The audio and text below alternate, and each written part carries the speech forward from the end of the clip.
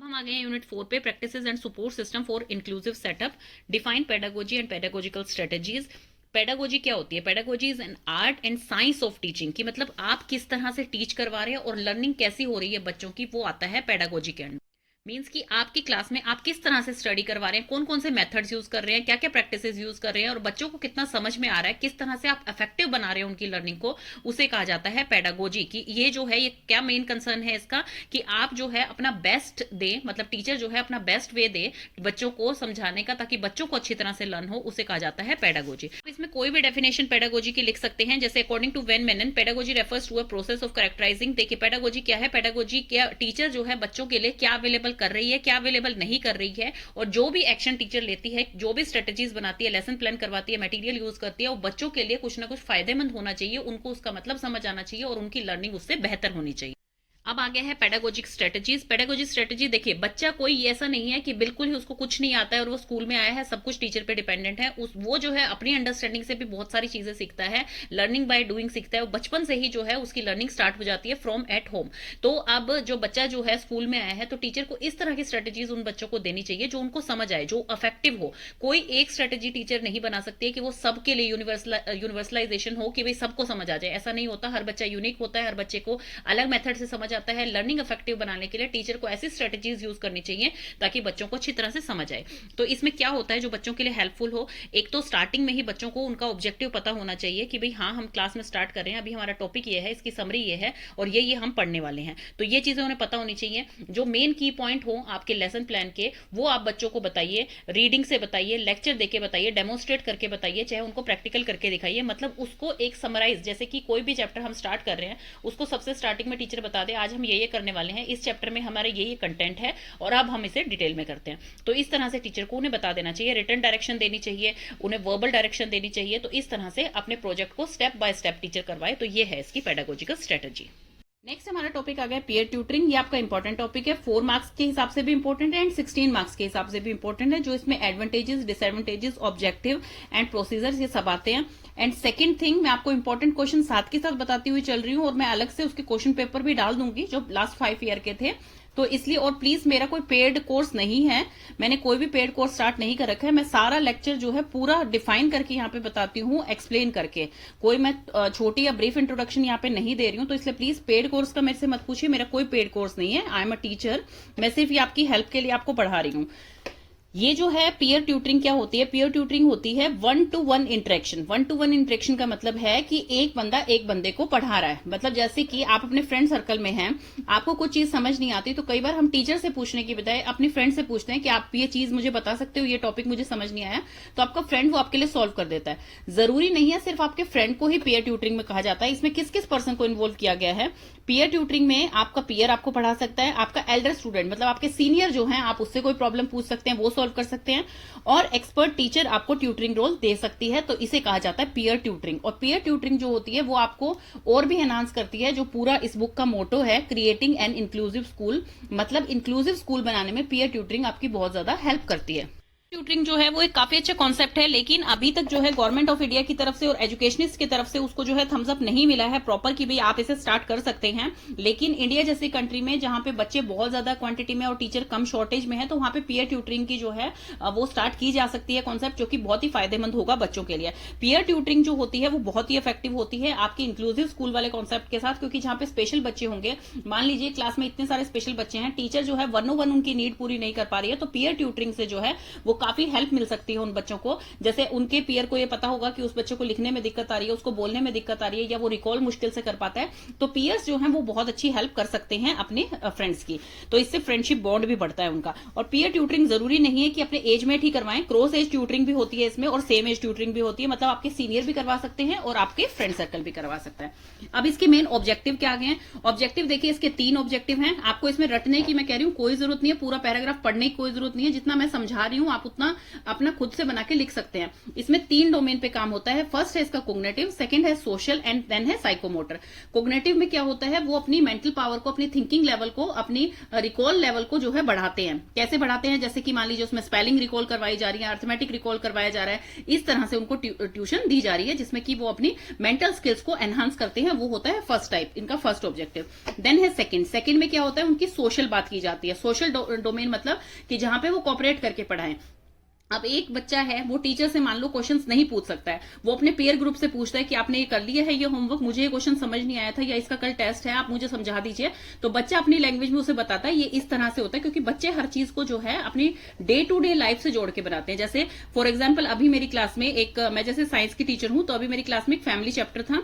उसमें बच्चे जो हैं वो अपनी फैमिली से रिलेट करके हर चीज को पढ़ रहे थे। मैम कल्चर क्या होता है, हेरिटेज क्या होता है, ये चीजें, तो वो सारी चीजें क्या है, बच्चा अपने से कोरिलेट करके पढ़ता है ये चीजें। तो उसे जाता है सोशल, कि भाई सोशल में डोमेन में क्या इंप्रूव होता है, उनकी सोशल बिहेवियर इंप्रूव होती है, बच्चे के साथ कोऑपरेशन बनती है, उनकी फ्रेंडशिप इंप्रूव होती है, फ्रेंडशिप स्ट्रांग हो जाती है, म्यूचुअल एक दूसरे की रिस्पेक्ट करना वो स्टार्ट कर देते हैं और एक दूसरे को एक्सेप्ट करना स्टार्ट कर देते हैं कि भाई हाँ ये मतलब मुझे इस चीज में हेल्प कर रहा है, मेरी इस चीज में हेल्प हो रही है और मुझे अच्छा लग रहा है कि भाई मैं इनकी नॉलेज थोड़ी बढ़ा रहा हूं। तो इस तरह से म्यूचुअल कोऑपरेशन हो जाती है ये। देन थर्ड आ गया है साइकोमोटर। साइकोमोटर में क्या है, करके सीखना।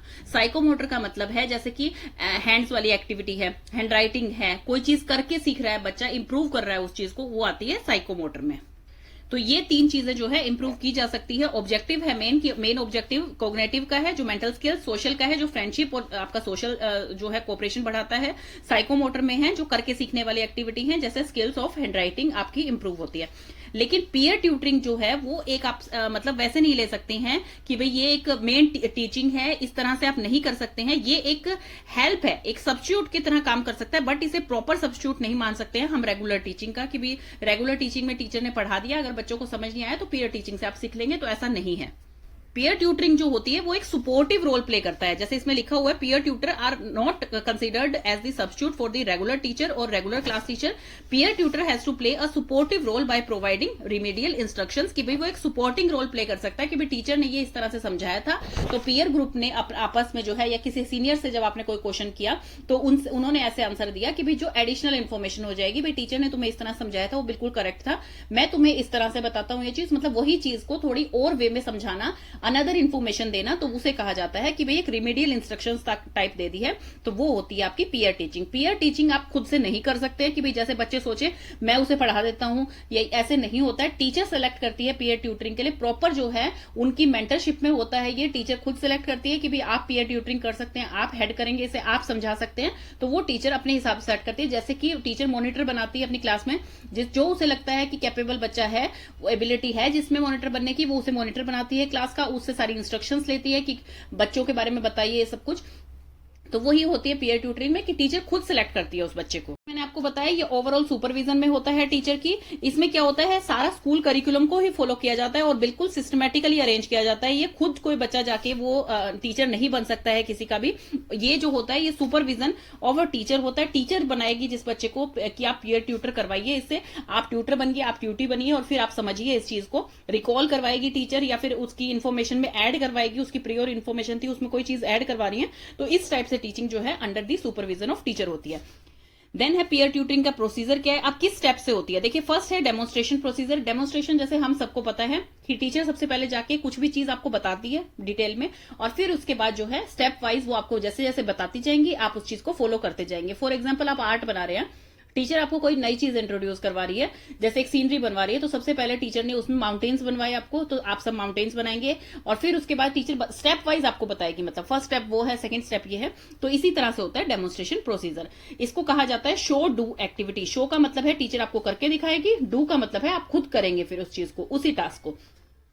तो डेमोन्स्ट्रेशन ऐसा टास्क है जिसमें टीचर आपको कंप्लीट करने के लिए कहेगी वो टास्क जो टीचर ने पहले एक्सप्लेन कर दिया है। और ये जो स्टेप, ये जो होती है टीचिंग, ये स्टेप्स में होती है, स्मॉल स्टेप्स में, मतलब जैसे वन एट ए टाइम की एक स्टेप बताया टीचर ने, फिर आप उसको फॉलो करेंगे, इस तरह से जाके आप अपना टास्क कंप्लीट करेंगे और आपको वो पूरा प्रोसीजर बहुत अच्छी तरह से प्रॉपर वे में समझ आ जाएगा। क्योंकि सीक्वेंसली जब आपको चीज समझाई जाती है, जैसे आपको ये समझाया गया A B C D E F ऐसे आएंगे, तो आपको प्रॉपर समझ आएगी कि A B C D मुझे भी इस तरह तरह से बोलना है, जैसे आप रिपीट करते हैं टीचर के पीछे, इस तरह से आपको सीक्वेंस वाइज समझाया जाएगा। वो होता है डेमोन्स्ट्रेशन मेथड, कि टीचर पहले आपको करके बताएगी कि भाई हाँ ये ऐसे होता है और आप उसको फॉलो करेंगे। डेमोन्स्ट्रेशन में ये होता है कि टीचर आपको सिंपल स्टेप्स बताएगी, पूरा प्रोसीजर बताएगी पहले धीरे धीरे से, और फिर आप जो है स्टेप वाइज उस चीज को लिंक करते हुए कि भाई हाँ टीचर ने ऐसा बताया है, अब टीचर ने ऐसा बताया है, अब इसमें ये करना है ऐड, तो इस तरह से आप करते हुए चलेंगे तो आप कंप्लीट कर लेंगे उस टास्क को जो आपको करना है, जो आपको टीचर ने पढ़ाना है। नेक्स्ट आपका आ गया है second, test teach procedure. Test teach जैसे आपको नेम से ही पता लग रहा है, टेस्ट टीच का मतलब है कि टीचर जो है इसमें जो अपने ड्यूटी है उसका टेस्ट लेगी कि भाई उसने अब तक कितना सीखा है। जैसे फॉर एग्जांपल आपने उसे सिखाया था ABCDEFG, तो उसको सिर्फ याद है A और B, सी के आगे वो भूल गया सारा। आपने जैसे उसको सिखाया और उसको सी के बाद का लर्न नहीं है, तो आप उसको एनालाइज करेंगे, फिर उसके बाद जो है उसको उसकी रिमीडियल एक्शन देंगे। आप डेमोन्स्ट्रेट कर लिया आपने, आप इंस्ट्रक्शंस देंगे दोबारा से उसे कि भाई आपको इस चीज में डिफिकल्टी आ रही थी, आप इस प्रोसीजर से कीजिए इसको, इस तरह से आपको ये याद हो जाएगा। आप दोबारा से स्टेप बताएंगे उसे, फिर आप यहाँ से जो है ट्यूटर बार बार टेस्ट लेगा, उसका एनालाइज करेगा कि उसको कहाँ दिक्कत आ रही है, और फिर उसके बाद जो है उसकी डिफिकल्टी को दूर करेगा, उसको डेमोन्स्ट्रेट करके इंस्ट्रक्शंस देगा आपको इस प्रोसीजर से करने हैं। दोबारा फिर उसका टेस्ट लेगा, जब तक उसके नेगेटिव रिस्पॉन्स आते रहेंगे, जब तक प्रॉब्लम पूरी तरह से डायग्नोज नहीं होती, इस प्रोसीजर को रिपीट करता रहेगा ट्यूटर, ताकि उस बच्चे को अच्छी तरह से समझ आ जाए। आगे चलने से कोई फायदा नहीं होता है कि मान लीजिए बच्चे को फर्स्ट चैप्टर समझ नहीं आया, आप सेकंड चैप्टर पे चले गए हैं, तो वो उस बच्चे को समझ नहीं आएगा। अगर मान लीजिए आपने सेल के बारे में फर्स्ट चैप्टर में बताया है और आगे जाके आप जो है उसको डिस्क्राइब करने लगते हैं, उसके बारे में और पढ़ने लगते हैं, तो हमारी सबसे पहली जब बेसिक यूनिट ही समझ नहीं आई बच्चे को, सेल क्या होते हैं, कैसे बनते हैं, क्या होता है, तो फिर आगे का प्रोसीजर उस बच्चे को समझ नहीं आ सकता। इसलिए इसमें यही किया जाता है, जब तक वो बच्चा वो प्रॉपर जो है कंप्लीट अपना पॉजिटिव रिस्पॉन्स नहीं देते तक कि भी मुझे उसमें सब कुछ समझ आ गया है, मेरा टेस्ट आपने बिल्कुल ओके आया है, तब तक टीचर जो है उसको दोबारा से वो चीज सिखाती रहती है, डायग्नोज करती रहती है और उसको दोबारा से इंस्ट्रक्शन देती रहती है, आप इस तरह से इस चीज को ठीक कीजिए। थर्ड प्रोसीजर आ गया है ग्रुप और पेयर टीचिंग। तो जैसे इसमें नेम से ही पता लग रहा है, group of pair. Group of pair का मतलब है कि इसमें पेयर करके चलते हैं, ट्यूटर एंड ट्यूटी दोनों ही पेयर करके चलते हैं। फॉर एग्जांपल जैसे कि एक चैप्टर पढ़ना है, तो फर्स्ट पेज इसमें ट्यूटर पढ़ता है, सेकंड पेज ट्यूटी पढ़ता है, थर्ड पेज ट्यूटर पढ़ता है, ऐसे ऑल्टरनेट पेजेस वो पढ़ते हुए चले जाते हैं। तो ये होता है कि भाई वो दोनों मिलके उस काम को कर रहे हैं, तो उस चीज में वो कहलाता है आपका ग्रुप ऑफ पेयर, जिसमें ये लिखा हुआ है twin to complete the activity, की ट्यूटर और ट्यूटी दोनों मिलके जो है उस एक्टिविटी को कंप्लीट करते हैं। तो इसमें जो है ट्यूटर को पता लगता है कि बच्चा कैसा पढ़ रहा है, कैसा प्रोनाउंस कर रहा है, उसको कितना समझ आ रहा है, कितनी अच्छी तरह से वो इन्वॉल्व है, तो हर चीज उसमें इसको टीचर की पता लगती है। तो ये सब होता है आपका पीयर ट्यूटरिंग प्रोसीजर। एडवांटेजेस क्या है पीयर ट्यूटरिंग के? देखिए, टीचर की रिस्पॉन्सिबिलिटी होती है कि उनके लर्नर्स को जो है चीजें समझ आए। तो वो पूरी क्लास मान लीजिए 50 स्टूडेंट्स की है, तो 50 के 50 स्टूडेंट्स को टीचर सेटिस्फाई नहीं कर सकती अपनी टीचिंग से। कई बच्चों की जो है प्रॉब्लम्स रहती हैं, जैसे मान लीजिए 50 में से 25 बच्चों की कुछ ना कुछ प्रॉब्लम रह गई है, तो उनको वो पर्टिकुलर हर टॉपिक अगर टीचर क्लियर करने लगेगी तो फिर वो काफी लंबा टाइम भी लग जाएगा और प्रेशर भी एक एक्स्ट्रा हो जाएगा टीचर के ऊपर उनको समझाने का। तो ये जो होता है ये स्ट्रेस लेवल कम कर देता है जो पीयर ट्यूटरिंग होती है, क्योंकि ये भी बच्चों को जब रिकॉल करवाते हैं तो वो चीज बहुत अच्छी तरह से बच्चों को समझ आ जाती है। जो स्लो लर्नर होते हैं उनको जो है इंडिविजुअल अटेंशन मिल जाती है पीयर ट्यूटरिंग से, क्योंकि जैसे स्लो लर्नर है जिनका आईक्यू लेवल कम है, जिनको क्लास में नहीं समझ आता है, उनको थोड़ा कम समझ में आता है या बार बार समझाने पे वो चीज समझ में आती है, तो उससे उन बच्चों को पीयर ट्यूटरिंग से हेल्प मिल सकती है। इफेक्टिव होती है उन बच्चों के लिए जो कि क्लास में मान लीजिए टीचर से बोलते हुए हिचकिचाते हैं, उनसे क्वेश्चन नहीं पूछ पाते हैं, तो वो अपने पीयर ग्रुप से आराम से क्वेश्चन पूछ सकते हैं। इसमें जो होती है ये पूरा जो होता है टीचर आपको बना के देती है कि भाई आपको इस वे से समझाना है, मतलब सिस्टमेटिक होता है ये। तो इसलिए जो पीयर होता है, जो पीयर ट्यूटरिंग में जो ट्यूटर बनता है बच्चा, उसको भी ज्यादा प्रॉब्लम नहीं आती है, टीचर उसकी प्रॉपर हेल्प करती है, हर एडिशनल सपोर्ट टीचर से उसे मिलता है कि भाई आप इस तरह से पढ़ाइए। दूसरा है कि उनकी बॉन्ड बहुत ज्यादा स्ट्रॉन्ग बन जाती है, कोऑपरेटिव लर्निंग हो जाती है उन बच्चों की, मतलब कभी किसी को समझ नहीं आया, कभी किसी को समझ नहीं आया, तो वो आपस में समझा सकते हैं, तो कोऑपरेशन कंडीशन हो जाती है, इसमें कोऑपरेटिव लर्निंग हो जाती है। दूसरा है कि डीप बॉन्ड बन जाता है, मतलब एक फ्रेंडशिप का बॉन्ड उनके बीच में पक्का हो जाता है कि भाई हाँ, जैसे पहले मान लीजिए बुलिंग वगैरह होती थी स्कूल्स में, जो स्पेशल बच्चे उनकी बुलिंग होती थी, या जो बच्चों के आईक्यू लेवल कम है, जिनको कम समझ में आता है, दूसरे बच्चे उन्हें चिढ़ाते थे, तो ऐसा इस चीज से खत्म हो जाता है, बुलिंग वगैरह रिड्यूस हो जाती है, ये एक पॉइंट भी आप लिख सकते हैं, और डीप बॉन्ड बनती है फ्रेंडशिप की उन बच्चों के बीच में। और टीचिंग जो है वो एक बेनिफिट देता है आपको। मान लीजिए कोई ट्यूटर बन के पढ़ा रहा है पीयर टीचिंग में, तो उस बच्चे के लिए कितना बेनिफिट है, क्योंकि हर जगह हर स्टेज पे आपको जाके आगे टीचिंग करनी ही है, अपनी बातें कन्वे करनी ही है, अपनी बातें दूसरे को समझानी पड़ती है। चाहे आप कॉर्पोरेट में जॉब कर लीजिए, चाहे आप टीचिंग की जॉब कर लीजिए, चाहे आप कुछ भी कर रहे हैं, या आपको टीचिंग आपको हर जगह काम आती है, तो वो एक आपकी लर्निंग स्किल्स बढ़ रही है टीचिंग करने से।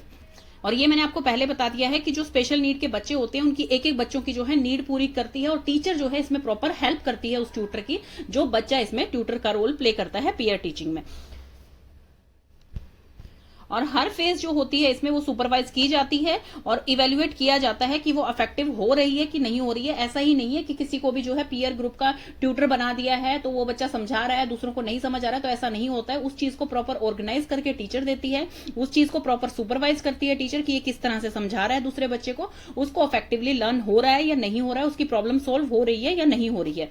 एडिशनल डेमोन्स्ट्रेशन और एक्सप्लेनेशन मिल जाती है बच्चों को कि भाई अभी तो टीचर बता के गई है, दोबारा जो है हमारे पीयर ग्रुप ने उसको समझाया है, मतलब पीयर ट्यूटर ने समझाया है बच्चों को, तो वो इजीली उनको रिकॉल करते हैं, इजीली जो है रिवाइज हो जाता है और अच्छी तरह से वो मेमोरी में आपके बैठ जाता है। लास्ट पॉइंट इसमें आता है कि एनकरेज करती है पॉजिटिव इंटरेक्शन को, कि पीयर ट्यूटरिंग क्या करती है, पॉजिटिव इंटरेक्शन बनाती है एक रेगुलर क्लासरूम रेगुलर स्टूडेंट के बीच में और एक स्पेशल नीड वाले स्टूडेंट के बीच में, उनके बीच में एक पॉजिटिव बॉन्ड बना देती है कि भाई हाँ, बच्चा भी उनकी स्पेशल नीड को समझने लग जाता है कि इस बच्चे को लिखने में दिक्कत हो रही है, इसको बोलने में दिक्कत हो रही है, सुनाई कम दे रहा है, तो वो उस हिसाब से उनको रिकॉल करवाते हैं और उनका जो ट्यूटर बने हैं उनका भी फायदा होता है क्योंकि उनको वो चीज दोबारा से अच्छी तरह लर्न हो जाती है। आ गई है इसकी लिमिटेशन ऑफ पीयर ट्यूटरिंग। देखिए इसके एडवांटेजेस हम पढ़ चुके हैं और एडवांटेजेस हैं तो डिसएडवांटेजेस भी जरूर होती हैं उस चीज की। तो इसकी डिसएडवांटेज क्या है कि मैनेजमेंट प्रॉब्लम सबसे पहले, कि टीचर का रोल है, देखिए टीचर पहले खुद पढ़ाएगी क्लास में, फिर उसने मान लीजिए क्लास के अंदर जो है 5 पीयर ट्यूटरिंग के लिए ट्यूटर ढूंढ रखे हैं, तो वो उन सबको जो है इवेल्युएट करेगी कि सिस्टमेटिकली वो पढ़ा रहे हैं कि नहीं, अच्छी तरह से बच्चों को समझ आ रहा है कि नहीं और किस तरह से पढ़ा रहे हैं,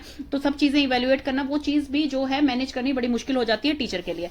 नेक्स्ट आपका आता है कि जो बॉन्ड होती है, quality of bond and communication, वो अफेक्ट होती है। मान लीजिए ट्यूटर को बोल दिया जाए कि आपको इतने सारे ट्यूटी पढ़ाने हैं, तो उसको वो चीज अच्छी लगे ना लगे। दूसरा, उनके बीच में उनके जो रिलेशनशिप होते हैं ट्यूटर और ट्यूटी के, वो जरूरी नहीं है बहुत अच्छे हो। देखिए आपकी पूरी क्लास में मान लीजिए 40 स्टूडेंट्स हैं, तो जरूरी नहीं है सबकी बॉन्ड जो है फ्रेंडशिप वाली बॉन्ड हो। कई बच्चे जो है आपस में कॉन्फ्लिक्ट रखते हैं, कई बच्चों को आपस में एक दूसरे से जेलसी होती है कि उसके नंबर ज्यादा क्यों आ रहे हैं, इसके क्यों आ रहे हैं। तो इस तरह की चीजें बहुत ही आम होती हैं, होती रहती हैं बच्चों के बीच में।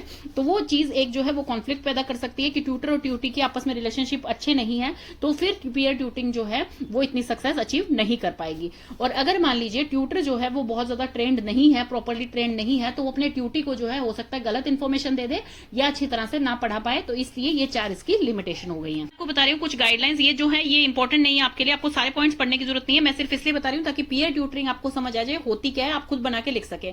देखिए पीयर ट्यूटरिंग में टीचर को क्या करना होता है, एक मेंटलिटी सेट करनी पड़ती है पीयर ट्यूटरिंग स्टार्ट करने से पहले कि भाई आपको एक दूसरे की हेल्प करनी है, उसके लिए हम पीयर ट्यूटरिंग स्टार्ट कर रहे हैं। दूसरा है हर बच्चे को ये डायग्नोज करना पड़ता है, टीचर को डायग्नोज करना पड़ता है कि बच्चों की प्रॉब्लम क्या है, असलियत में उन्हें किस चीज में प्रॉब्लम आ रही है। कोई टॉपिक समझने में प्रॉब्लम आ रही है, कोई स्लो लर्नर है आपकी क्लास में, राइटिंग में प्रॉब्लम आ रही है या बोलने में रीडिंग में प्रॉब्लम आ रही है, तो वो चीज टीचर को जो है प्रॉपरली पहले डायग्नोज करनी पड़ती है, उसके बाद जो है पीयर ट्यूटरिंग को स्टार्ट करवा सकती हैं। इसमें क्या होता है, ट्यूटर का जो एफर्ट होता है, मान लीजिए बच्चा अच्छी तरह से पढ़ाता जा रहा है, ट्यूटरी को फिर भी समझ नहीं आ रहा है, दूसरे बच्चे को समझ नहीं आ रहा है, लेकिन वो तो एफर्ट कर रहा है इस चीज में, तो उसके एफर्ट जो है वो मतलब ऐसा नहीं होना चाहिए अंडर एस्टिमेट हो जाए वो बच्चा कि मुझे समझाना नहीं आ रहा है कुछ भी, वो टीचर को जो है मैनेज करना है। क्योंकि इसमें क्या काम है, इसमें बच्चे दूसरे बच्चों को पढ़ाते हैं, उनके सीनियर दूसरे बच्चों को पढ़ाते हैं, कोई एक्सपर्ट दूसरे बच्चों को पढ़ा रहा है जिसको पर्टिकुलर टॉपिक बहुत अच्छे से आता है।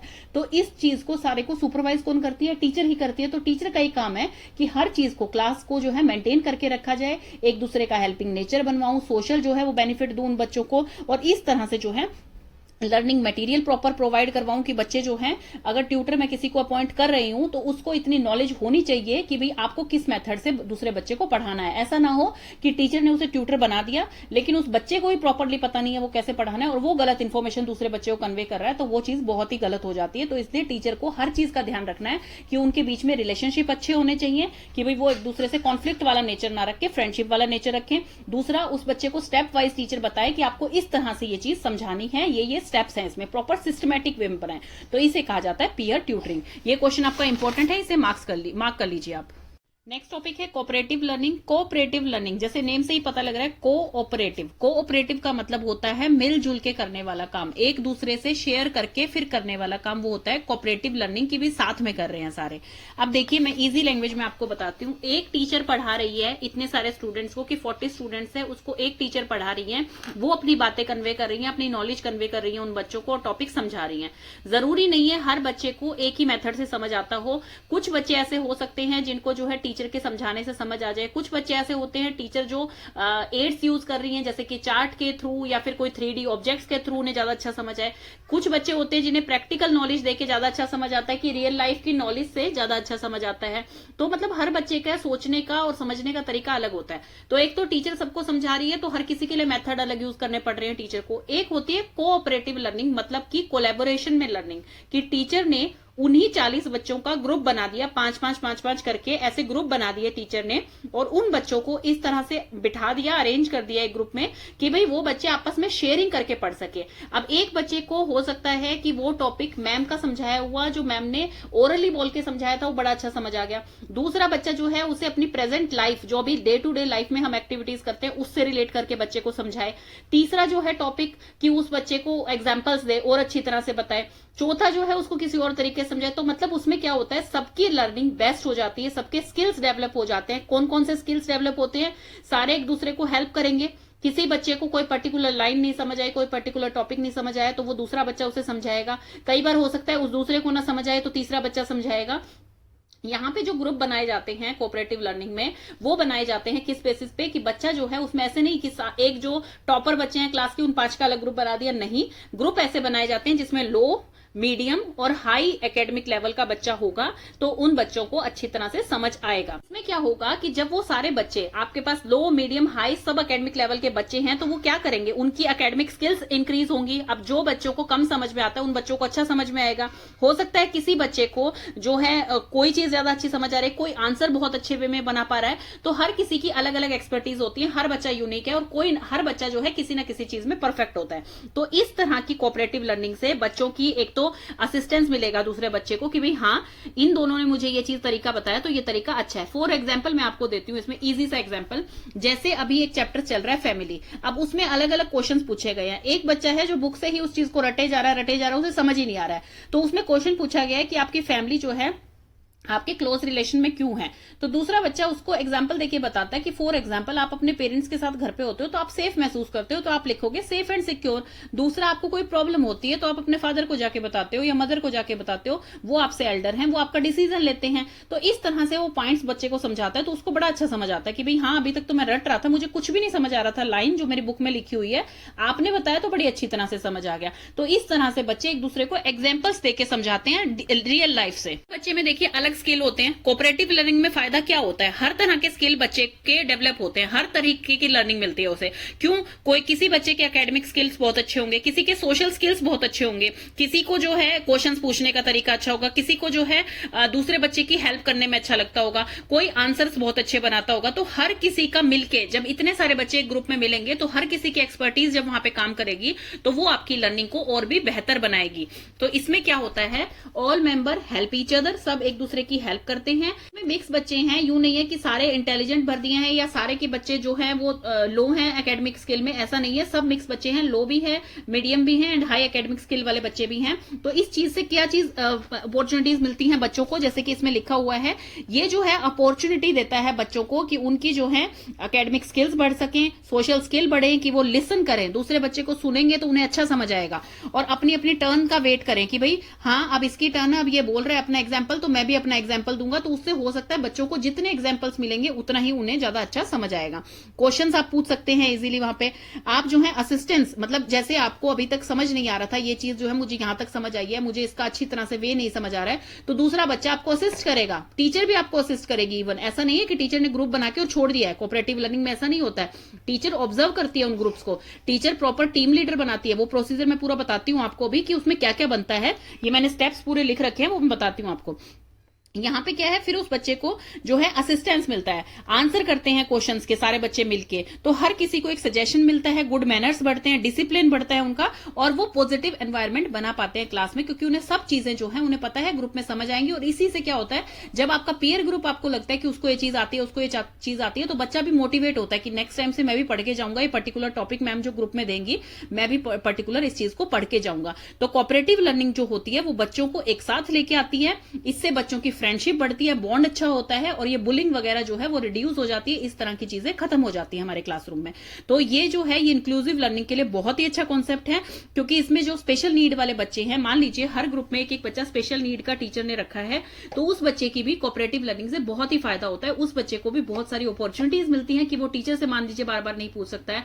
बाकी जो बच्चे हैं जो नॉर्मल हैं, तो वो उस डिसेबल बच्चे का जो है वो समझ पाते हैं कि उसको ये प्रॉब्लम है, तो हम इस चीज को थोड़ी सी उसकी हेल्प करेंगे, तो वो भी जो है ओवरकम कर सकता है अपनी प्रॉब्लम से, और उसको भी अच्छी तरह से समझ आ सकता है। तो अब आपको समझ आ गया होगा कोऑपरेटिव लर्निंग होती क्या है, इससे बच्चे के स्किल्स बढ़ते हैं और ये फायदा देती है बच्चों को। ये जनरली 3 टाइप्स की होती है। एक फॉर्मल कोऑपरेटिव, जिसमें टीचर जो है बहुत ही सोच समझ के अच्छी तरह से प्रॉपर जो है वो ग्रुप बनाती है, और जैसे आपकी पूरी यूनिट के लिए उसने ग्रुप बनाया टीचर ने, और वो यूनिट पूरी करते हैं आप, उसमें बच्चे एक दूसरे को समझाते हैं। इनफॉर्मल में क्या होता है, बच्चों को जैसे एक पर्टिकुलर टॉपिक के लिए एक दिन के लिए टीचर ने ग्रुप बना दिया 3-3 बच्चों का, तो उस तरह से होती है ये लर्निंग। मतलब ये फॉर्मल नहीं है, ये प्रॉपर नहीं है। देन है ग्रुप बेस्ड। ग्रुप बेस्ड में क्या होता है, ग्रुप बेस्ड जैसे कि ये वाली है कि आपको पर्टिकुलर ग्रुप बना दिए टीचर ने कि पूरे सेमेस्टर सिस्टम के लिए, कि भाई फर्स्ट सेमेस्टर के लिए ग्रुप बन गया है, ये ग्रुप आपस में जो है शेयरिंग करके अपने होमवर्क कंप्लीट करेंगे, अपनी लर्निंग करेंगे, कुछ समझ नहीं आया वो शेयर करेंगे, तो वो चीजें एक ग्रुप बना दिया टीचर ने, जैसे सेमेस्टर से लेकर ईयर एग्जाम्स तक बना दिया है। तो इसमें वो एक दूसरे की हेल्प करेंगे कि उनका होमवर्क कंप्लीट है कि नहीं है, उनको सब चीजें लर्न हुई हैं या नहीं हुई हैं, मतलब किस तरह से उन्हें अपना वर्क कंप्लीट करना है, वो सारा एक दूसरे की हेल्प करेंगे ग्रुप बेस्ड लर्निंग में। देन इसका जो है प्रोसीजर क्या है, मतलब किस तरह से ये होता है प्रॉपर, वो बता रही हूं मैं आपको। सबसे पहले टीचर क्या करती है, प्रॉपर ग्रुप बनाती है एक, मतलब कि जहां पे वो प्रॉपर इस तरह से क्लासिफाई करती है कि इसमें लो एकेडमिक लेवल वाले बच्चे, मीडियम और हाई वाले भी हों। ऐसा ना हो कि सारे बच्चे बहुत इंटेलिजेंट है तो उनको तो वैसे ही सब कुछ अच्छा समझ में आ जाएगा और दूसरे ग्रुप में कुछ समझ नहीं आएगा, तो ऐसे नहीं होने चाहिए। मिक्स बच्चे लेने चाहिए टीचर को, तो इस तरह से वो ग्रुप बनाए बच्चों का। स्मॉल होने चाहिए ग्रुप, बहुत ज्यादा लार्ज नहीं होने चाहिए कि आपकी क्लास में मान लीजिए 30 स्टूडेंट है, 40 स्टूडेंट है और टीचर ने 2 ही ग्रुप बना दिए 20-20 बच्चों के, तो इस तरह से नहीं होने चाहिए। छोटे छोटे ग्रुप बनाए टीचर। ऑब्जेक्टिव बच्चों को क्लियर होना चाहिए। अब जैसे ग्रुप बनाए हैं टीचर ने, तो उनको पर्टिकुलर ऑब्जेक्टिव बताए कि आपका ऑब्जेक्टिव ये है, इसलिए मैंने आपकी कोऑपरेटिव लर्निंग के लिए ग्रुप बनाया है और ये टॉपिक आपको अच्छी तरह से क्लियर होना चाहिए। ऐसा नहीं है टीचर ने ग्रुप बना दिया और वो पीयर ट्यूटरिंग पे ही छोड़ दिया, नहीं, टीचर उसमें असिस्ट करती रहेगी, टीचर आपको बताती रहेगी जहां पे आपको जरूरत हो, वो टीचर ही सारा इवेल्युएट करेगी आपका कि आपकी लर्निंग कैसे हो रही है, बेहतर हो रही है कि नहीं हो रही है, फायदा हो रहा है कि नहीं हो रहा है, वो सब कुछ टीचर ही देखेगी। तो उन बच्चों को अपना ऑब्जेक्टिव पता होना चाहिए, स्पेसिफाई करना चाहिए टीचर को कि क्या चीज हमें अचीव करनी है। देन एक रूम तैयार करेगी टीचर, प्रॉपर रूम देगी बच्चों को कि भाई जिसमें उनके ग्रुप्स को अरेंज करेगी, वो पढ़ सकें और वो अपनी तरह से दूसरे बच्चे को समझा सकें। तो इन ग्रुप को इस तरह से अरेंज करेंगे टीचर कि बहुत ज्यादा जो है नियर भी ना हो ये ग्रुप, क्योंकि फिर दूसरे ग्रुप का शोर दूसरे को पता लगेगा तो उनको जो है कॉन्फ्लिक्ट होगी थोड़ी आवाज में और वो समझ नहीं आएगा। और बहुत ज्यादा दूर भी नहीं करेगी इनको कि बच्चे जो है एक एक कॉर्नर में बिठा दिए और टीचर अच्छे से इवेल्युएट नहीं कर पा रही उन्हें, तो इस तरह से मैनेज करेंगी उन रूम को कि बच्चे बहुत ज्यादा दूर भी ना हो और एक दूसरे की नॉइस एक दूसरे को जो है डिस्टर्ब भी ना करे। देन है सीटिंग अरेंजमेंट, देखेगी टीचर कि प्रॉपर सीटिंग अरेंजमेंट हो कि भाई सारे बच्चे जो हैं एक ग्रुप में मान लीजिए 6 बच्चे हैं तो 6 बच्चों को इस तरह से बिठाएंगी टीचर कि वो एक दूसरे का फेस देख पाए, सब जो है विजिबल हो, अपने ग्रुप के बंदे एक दूसरे को विजिबल हो, ताकि कोई बच्चा कुछ बोलता है जब तक हमारा आई कॉन्टेक्ट नहीं बनता या हम उसको देखते नहीं है तब तक हमें वो चीज अच्छी तरह से समझ नहीं आती है, ऐसा होता है। तो इसलिए उनको फेस ऐसे रखेंगे कि वो एक दूसरे को फेस करके बैठे, तो इस तरह से उनकी इंटरेक्शन अच्छे से होगी। तो सीटिंग अरेंजमेंट में यह आएगा आपका। देन उनके रोल स्पेसिफाई करेगी टीचर, मतलब जैसे अगर आपके ग्रुप में 6 बंदे हैं तो उनको एक को ग्रुप लीडर बनाएंगी कि ये टॉपिक आपको, ये मैंने पूरा चैप्टर दिया है, इसके ग्रुप लीडर आप हैं। उनके रोल्स इस तरह से डिसाइड करेंगी जिस हिसाब से टीचर को लगेगा कि वो परफॉर्मेंस कर सकते हैं। कौन उनका ग्रुप लीडर बनेगा, कौन परफॉर्मर बनेगा, कौन जो है असिस्टेंट बनेगा, इस टाइप से उनके रोल्स टीचर स्पेसिफाई कर देगी। अब वो ग्रुप बना है तो उसमें ऐसा नहीं है कि वो ग्रुप लीडर हमेशा ही ग्रुप लीडर रहेगा, तो उससे क्या होता है बच्चे को एक ना फीलिंग आने लग जाती है कि मैं ही सबसे जो है मेरा अबव लेवल है, या इस तरह की जो है ओवर कॉन्फिडेंस बच्चे में ना आए इस तरह। इसलिए उनके जो रोल्स हैं जो टीचर ने बनाए थे ग्रुप के लिए वो उनको रोटेट करती रहेगी कि कभी किसी बच्चे को ग्रुप लीडर बना दिया, कभी किसी बच्चे को बना दिया, उनकी परफॉर्मेंस के हिसाब से उनके ग्रुप्स को जो है रीअरेंज करती रहेंगी हर किसी बच्चे को, ताकि लर्निंग का मौका मिले, परफॉर्म का मौका मिले और इवेल्युएट करने का मौका मिले। अब जैसे टीचर ने ग्रुप बना दिए हैं कि एक ग्रुप में एक ग्रुप लीडर है और एक जो है वहां पर जो है पूरा इवेल्युएट करेगा उस ग्रुप को कि भाई सबका देखेगा सब अच्छी तरह से बोल रहे थे या नहीं, किस चीज में क्या कमी लग रही है वो बताएगा वो बच्चे। तो वो इवेल्युएट करेगा दूसरा बच्चा। तीसरा बच्चा जो है वो उनको असिस्ट करेगा कि भाई मतलब वो परफॉर्म करके दिखाएगा, पर्टिकुलर टॉपिक के बारे में परफॉर्म करके दिखाएगा। दूसरा बच्चा जो है वो क्वेश्चन आंसर करेगा। तो इस तरह से उनके रोल्स असाइन कर रखे हैं। तो वो सारे रोल्स जो हैं वो दोबारा से रोटेट करे जाएंगे, ताकि एक बच्चा जो है, अगर उसको इवेल्युएटर बनाया है कि भाई आप सबको चेक करेंगे, या एक को ग्रुप लीडर बनाया है, तो वो बच्चा ओवर कॉन्फिडेंस में ना आ जाए, दूसरों को भी अपॉर्चुनिटी मिले लर्निंग की और दूसरों को भी परफॉर्मेंस की अपॉर्चुनिटी मिले। देन है फिर वो बच्चे जो हैं वो एक्सप्लेन करेंगे, टीचर जो है उन्हें एक्सप्लेन करेगी आपका टास्क क्या है, और डिस्ट्रीब्यूट करेगी उनको कि प्रॉपरली आपको ये किस तरह से करना है और क्या क्या चीजें आपको यहाँ पे परफॉर्म करनी है। उनको हर चीज प्रॉपर टास्क डिस्ट्रीब्यूट कर देंगी कि आपको ये बोलना है, आपको ये बोलना है, आपका ये टास्क है, आपका ये टास्क है, सब कुछ टीचर उन्हें बता देगी। देन उनका प्रॉपर इंटरेक्शन हो रहा है कि नहीं, हर मेंबर जो है ग्रुप का वो पार्टिसिपेट कर रहा है या नहीं, कोई बच्चा बिल्कुल चुप होके तो नहीं बैठा, कोई बच्चा बिल्कुल ऐसे तो नहीं है कि सिर्फ वही बोलता जा रहा है, दूसरों को मौका नहीं दे रहा। तो ये चीज टीचर एंश्योर करेगी कि हर बच्चे का इंटरेक्शन होना चाहिए उसमें। देन उनकी प्रोग्रेस को मॉनिटर करती रहेगी लगातार टीचर, जैसे कि अपने नोट डाउन करके करती रहेंगी, या बीच में तो डिस्टर्ब ना करें, नोट डाउन कर लें टीचर, या फिर बीच में ग्रुप लीडर को बोलें कि भी आप दूसरों को भी मौका दीजिए। तो इस तरह से टीचर उनको मॉनिटर करती रहेंगी, प्रॉपर असिस्टेंस देंगे टीचर को, पूरे ग्रुप को, कि भाई अगर आप किस टीचर को लगता है कि भाई नहीं ये चीज गलत बोल रहा है ये बच्चा या कुछ भी है, तो उसको तुरंत जो है असिस्टेंस प्रोवाइड करेंगी, उनको बताएंगे आप इस चीज में गलत हो, इवेल्युएट करेंगी टीचर उन्हें प्रॉपर, और उस चीज को जो है करेक्ट करेंगी। और इस तरह से जो है कोऑपरेटिव लर्निंग होती है। आपको इतना बड़ा डिटेल में नहीं लिख के आना, आप इसको चार्ट, इसमें फ्लो चार्ट के वे में बना सकते हैं, या आप लिख भी सकते हैं इसे। मैं आपको डिटेल में सिर्फ इसलिए बता रही हूँ क्योंकि कई बार हम टॉपिक कर लेते हैं, वीडियोस देख लेते हैं, लेकिन हमें समझ नहीं आता है 2-2 मिनट की वीडियो में। तो इसलिए मैं बताना चाह रही हूँ कि कोऑपरेटिव लर्निंग में होता कैसे है, क्या क्या प्रोसीजर है और कैसे होता है, ये मैंने सारा आपको बता दिया। अब इसकी क्या है अपॉर्चुनिटीज, क्या है इसके एडवांटेज, क्या है वो हम पढ़ने वाले हैं। सबसे पहले हर बच्चे को क्वेश्चंस पूछने की अपॉर्चुनिटी मिलती है। यहाँ पर हर बच्चा जो है, जो जैसे कई बच्चे जो हैं क्लासरूम में नहीं पूछ पाते टीचर से प्रॉपर, शर्माते हैं या किसी कारण से जो है वो हिचकते हैं, तो वो यहाँ पर उनको प्रॉपर मौका मिलता है, वो अपने क्वेश्चंस कर सकते हैं। सजेशंस मिलते हैं उनको प्रॉपर, क्योंकि ग्रुप बना होता है तो प्रॉपर सजेशंस देते हैं। टीचर से भी मिलती है असिस्टेंस, और वैसे भी सजेशंस उन्हें प्रॉपर मिल जाते हैं अपने क्वेश्चंस के। Help and assist each member, her member जो है एक दूसरे की हेल्प करता है और उन्हें असिस्ट करता है कि भाई हाँ ये चीज अच्छी थी, ये हर कोई बच्चा बेहतर दिखना चाहता है, देखिए तो वो मोटिवेट होगा, खुद से कॉन्फिडेंस आएगा उसमें। तो इसलिए सेल्फ लर्निंग को भी ये चीज मोटिवेट करती है, मोटिवेटिंग एनवायरनमेंट बनाती है हर बच्चे के लिए, टीम वर्क को एनहांस करती है। अब कुछ बच्चे हैं वो अकेले रहना पसंद करते हैं, मान लीजिए जो स्पेशल बच्चे हैं वो क्लास में अकेले रहना पसंद करते हैं, तो ग्रुप जो ये कोऑपरेटिव लर्निंग है ये उनको मौका देती है, मतलब कि टीम में आइए आप मोटिवेट होंगे, आप सोशल बनेंगे थोड़े से, तो उन बच्चों को भी अच्छा लगने लगता है, हर बच्चा पार्टिसिपेट करने लगता है इसमें। जो बच्चे स्पेशल नीड्स वाले होते हैं, जैसे बच्चे स्पेशल नीड वाले, अगर किसी को कुछ डिसेबिलिटी है तो वो बच्चा आइसोलेट रहना ज्यादा पसंद करते हैं as compared to inclusive school में कॉमन रहना। तो उन बच्चों को भी थोड़ा मोटिवेटिंग माहौल मिले, उन बच्चों को भी ये लगे कि yes we are also common, तो उनको भी अच्छा लगता है, उनमें भी सेल्फ मोटिवेशन आता है, सेल्फ एस्टीम डेवलप होता है, तो इसलिए उनके लिए ये इस चीज से अच्छा है। पॉजिटिव इंटरेक्शन होता है बच्चों का, जब सोशल इंटरेक्शन मतलब उनके बीच में इंटरेक्शन होगा तो सोशली वो भी बॉन्ड्स उनकी स्ट्रांग बनेगी, वो एक साथ लर्न करते हैं और उनको रहने की आदत पड़ती है एक दूसरे के साथ, मतलब चीजें समझने की आदत पड़ती है। अब मान लीजिए क्लासरूम में बच्चे हैं, उनके ग्रुप या कोऑपरेटिव लर्निंग नहीं होती है और किसी बच्चे को लिसनिंग स्किल है ही नहीं बिल्कुल भी, तो फ्यूचर में जाके कहीं ना कहीं उस चीज से मार खाएगा, क्योंकि लिसन करना सबसे बड़ा स्किल मैं मानती हूं लिसनिंग है, कि भाई आप जितनी दूसरे की बात सुनते हैं आपको ज्ञान उतना ही बढ़ता है। तो इसलिए लिसनिंग स्किल बच्चों की डेवलप होती है जब आप टीम में वर्क करते हैं, तो इस तरह से आपकी स्किल्स अलग अलग से डेवलप होंगी। आपको मान लीजिए फ्यूचर में जाके एक बहुत बड़ी टीम दे दी जाती है, आपने स्टार्टिंग से अकेले काम किया है, तो टीम जब आपको मिल जाएगी तो आप उनके साथ कोऑपरेट नहीं कर पाएंगे, उनके साथ काम नहीं कर पाएंगे, तो ये चीज आपके टीम वर्क को एनहांस करती है। न्यू कॉन्सेप्ट जनरेट होते हैं, जैसे अब एक बच्चा किसी वे से बोल रहा है, उसमें एक बच्चा किसी और वे से बोल रहा है, तो आपको अच्छी तरह से समझ आएगा, जब एग्जाम्पल्स ज्यादा मिलेंगे तो बहुत अच्छी तरह से समझ आएगा।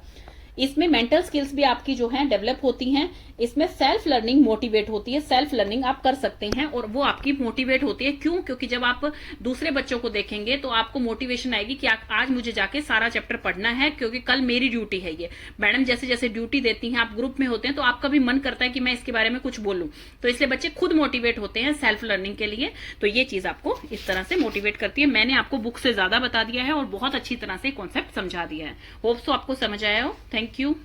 नेक्स्ट हमारा टॉपिक आ गया है सोशल लर्निंग। सोशल लर्निंग क्या होती है, ये कैसे हेल्पफुल होती है, कैसे इंडिविजुअल की नीड को पूरा करती है इंक्लूसिव क्लासरूम में, वो है सोशल लर्निंग।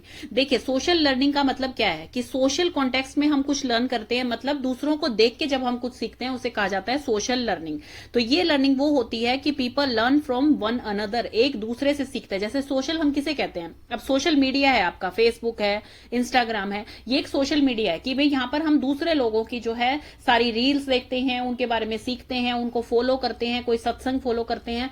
तो ये सारी चीजें क्या है, हम सोशली सीख रहे हैं, सोशल मीडिया है ये। तो सोशली आप कितने एक्टिव हैं, कितना आप लर्न करते हैं, उसे कहा जाता है सोशल लर्निंग, कि भाई दूसरे बंदे से आप कुछ सीख रहे हैं। फॉर एग्जाम्पल, मैं बहुत अच्छा एग्जाम्पल देके बताती हूँ आपको।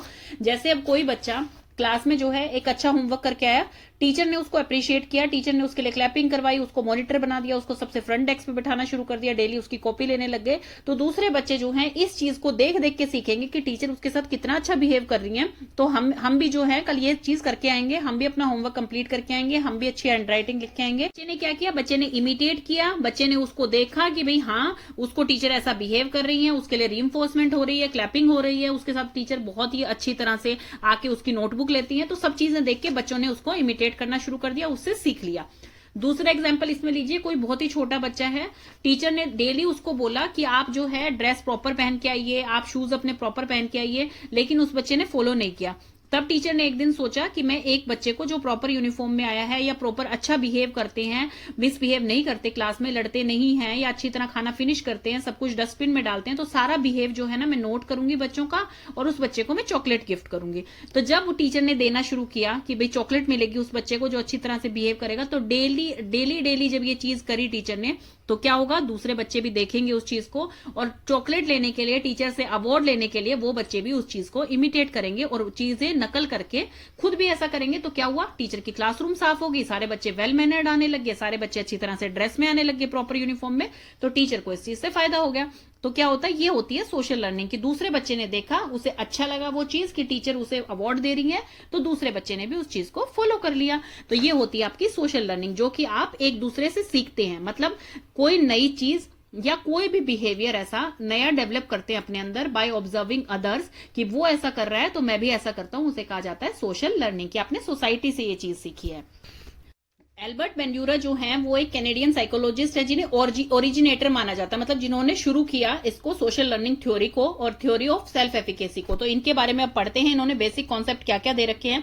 सबसे फर्स्ट आता है ऑब्जर्वेशन लर्निंग। ऑब्जर्वेशनल लर्निंग का मतलब है कि ऑब्जर्व करा किसी भी चीज को, ऑब्जर्व करने के बाद उसको इमिटेट किया और फिर लर्न किया किसी भी चीज को, इसे कहा जाता है ऑब्जर्वेशन लर्निंग। कि भी बच्चे का जो नेचर होता है, बच्चा किस तरह से लर्न करता है। अब शुरुआत में बच्चा किसी स्कूल में तो जाता नहीं है, फिर भी वो बोलना स्टार्ट कर देता है, वो चीजों को एक्ट करना स्टार्ट कर देता है, उसे ये पता है कि इस टाइम खाने का टाइम है, या चीजें कैसे पता लगती हैं उसे, वो इमिटेट करता है, बड़ों को इमिटेट करता है कि ये इस टाइम ये हो रहा है, इस टाइम हम बाहर जा रहे हैं, इस टाइम अब मुझे ये चीज मिलेगी, तो हर चीज इमिटेट करता है वो, उस तरह से बिहेवियर करता है कि भाई ये चीज मम्मी को अच्छी नहीं लगती या ये चीज अच्छी नहीं है, तो इसको ऐसे बिहेव करना है, तो वो सारी चीजें अपने बड़ों से इमिटेट करता है। ये एक्सपेरिमेंट क्या है, इसे कहा गया बोबो डॉल एक्सपेरिमेंट। इसमें क्या हुआ कि एक डॉल रखी है और बच्चे वहां पर उस रूम में प्ले कर रहे हैं, कोई भी एडल्ट आया। ये बोबो डॉल कैसी होती है, जिसका नीचे का स्पेसिफिक एरिया ज्यादा होता है, मतलब कि नीचे जो है बहुत हैवी होती है वो, और पंच टाइप में पंच करते हैं तो दोबारा से वो खड़ी हो जाती है, आपने देखा होगा इस टाइप से।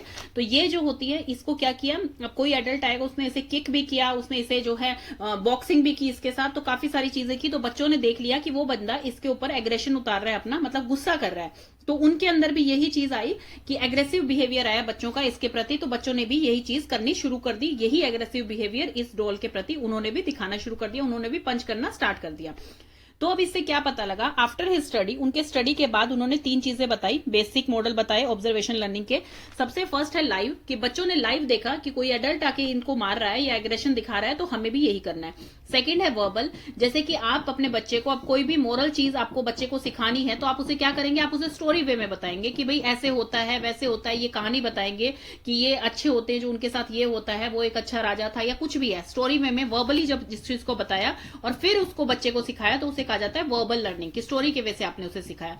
सिंबॉलिक लर्निंग कौन सी होती है, जैसे कार्टून्स आते हैं बच्चों के, जैसे रुद्र आ गया, मोटू पतलू आ गया, छोटा भीम आ गया, तो उसमें दिखाया जाता है कि जो उसका मेन कैरेक्टर है वो जो है वो बुराई पे जो है उनसे लड़ता है, जो बुरे लोग होते हैं, अच्छे लोगों का साथ देता है और सबकी हेल्प करता है। तो वो चीज सिखाई एक सिंबॉलिक, मतलब कोई सिंबल बन गया, कोई भी टेलीविजन रेडियो कहीं से भी बच्चे ने सीखा, तो मतलब एक मीडिया सोर्स से उसने सीख ली वो चीज कि भाई हाँ इस तरह से उसका बिहेवियर चेंज हो गया। तो ये आते हैं ऑब्जर्वेशनल लर्निंग में। इसमें उन्होंने ऑब्जर्व किया, क्या पता लगा कि भाई आपको स्टेट ऑफ माइंड आपकी बहुत बड़ी चीज है लर्निंग के लिए। फॉर एग्जाम्पल जैसे अभी तक हम क्या बात कर रहे थे कि सोशल लर्निंग क्या होती है कि टीचर ने कुछ रीइंफोर्स किया, कोई क्लैपिंग करवाई आपके लिए, चॉकलेट दी, तब आपके अंदर वो बिहेवियर आया कि भाई मैं भी ऐसा ही करके आऊंगा कि इसको चॉकलेट मिली है तो मुझे भी मिलेगी, मतलब उस चीज में कि कोई आपको अवार्ड मिलेगा तो इसलिए आपने ऐसा किया। लेकिन ऑब्जर्वेशनल में आपने क्या देखा कि एक एडल्ट आया, उसने इसके साथ एग्रेशन किया, लेकिन उसने बच्चों को कोई या फिर उसको कोई अवार्ड नहीं मिला बच्चों के सामने, वो सिर्फ करके चला गया। तो बच्चों का क्या है, इंट्रिंसिक रीइंफोर्समेंट बोलते हैं जिसे, कि अंदर से उन्हें सेटिस्फेक्शन आती है। अब जैसे ये पंचिंग बैग टाइप है, ये डॉल कभी गिरती तो है नहीं, ना इसको कोई हार्म होता है, ना ये लिविंग है, तो ये बनाई ही इसलिए गई है ताकि बच्चे फन कर सके, इसके ऊपर बॉक्सिंग कर सके या किक कर सके, इस फन वे से ही बनाई गई है ये। तो इसमें बच्चों को अंदर से इंटरनल सेटिस्फेक्शन आता है कि भाई हाँ उस बड़े ने ऐसा किया तो हम भी ये चीज करेंगे। उनको रीइंफोर्समेंट से कोई मतलब नहीं है इसमें कि कोई उन्हें अवार्ड देगा इसको किक करने पे या कुछ भी। तो इसमें यही चीज कही जा रही है कि हर जगह जो है एक्सटर्नल रीइंफोर्समेंट काम नहीं आती है, एक्सटर्नल फैक्टर काम नहीं आता है। इंट्रिंसिक रीइंफोर्समेंट जो होती है, जो कि आपका कॉन्फिडेंस लेवल बढ़ाती है, सेटिस्फेक्शन लेवल बढ़ाती है, तो वो ही आपको काम आती है। फॉर एग्जाम्पल जैसे इसमें एग्जाम्पल है कि अब आप जो है काऊ को खाना डालते हैं या मतलब डॉग्स को डालते हैं, तो वो एक इंटर्नसिक आपको सेटिस्फेक्शन मिलता है, आपको कोई उसके लिए अवार्ड नहीं देता है, कोई भी आपको ये नहीं करता कि आपके लिए क्लैपिंग बजाएगा या कुछ भी। आप सुबह सुबह जाते हैं, पंछियों को दाने डालते हैं, तो ये चीजें आपके अंदर से आ रही हैं, आपको अच्छी लग रही हैं, इसलिए आप डालते हैं। आपने किसी को देखा होगा डालते हुए, अपने पेरेंट्स को या किसी को, आपको भी ये चीज अच्छी लगी होगी तो आप फॉलो कर रहे हैं उस चीज को। तो ये क्या है, इंट्रिंसिक रीइंफोर्समेंट के कारण आप उस चीज को फॉलो कर रहे हैं। देन नेक्स्ट उन्होंने कहा कि लर्निंग का मतलब हमेशा ये नहीं होता कि बिहेवियर में चेंज होना ही जरूरी है। इसमें एग्जांपल जैसे हमें ये पता है कि बहुत अच्छा होता है कि भाई आप पंछियों के लिए पानी भर के रखिए, ये बहुत अच्छी चीज है, एक मॉरल चीज है, सोशली सब करते भी हैं, पर जरूरी नहीं है कि आप वो चीज फॉलो करें। आप डेली जो है एक पोर्ट लेके आए और पंछियों के लिए पानी भर के रखें अपने गर्मियों में, तो हर बंदा इसे फॉलो करे, ये जरूरी नहीं है। मतलब लर्निंग जो है उससे आपका बिहेवियर चेंज हो ना हो वो जरूरी नहीं है, लेकिन आपको पता है उस चीज के बारे में। अब जैसे हमारे कंट्री में सबको पता है लॉ के बारे में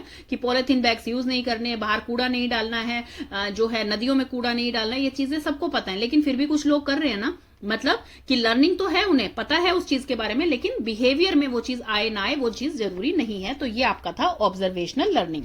मॉडलिंग प्रोसेस, मॉडलिंग प्रोसेस में क्या है, many behaviour can be learn through modelling, modelling के थ्रू सीखे जाते हैं। फॉर एग्जांपल जैसे आपके पेरेंट्स कुछ कर रहे हैं तो आप भी वो चीज कॉपी करते हैं। फॉर एग्जांपल जैसे बचपन में आपने देखा हो आपके पापा जब शेव करते थे तो आप भी वो ब्रश लेके आप शेव करने की इमिटेट करते थे। आपकी मम्मा रोटी बना रही है तो आप भी अपना किचन सेट लेके वैसे ही रोटी बनाने की प्रैक्टिस करते थे। तो ये चीजें होती है कि आप देख देख के उस चीज को सीख रहे हैं, तो ये होता है आपका मॉडलिंग प्रोसेस। तो इस फर्स्ट स्टेप आ गया अटेंशन, कि भाई आप बहुत ही ज्यादा अटेंटिव होकर किसी चीज को देख रहे हैं, बहुत ही ज्यादा ध्यान से देख रहे हैं किसी चीज को। जैसे फॉर एग्जाम्पल सब्जी बनाना सीख रहे हैं आप, उसको ध्यान से देख रहे हैं।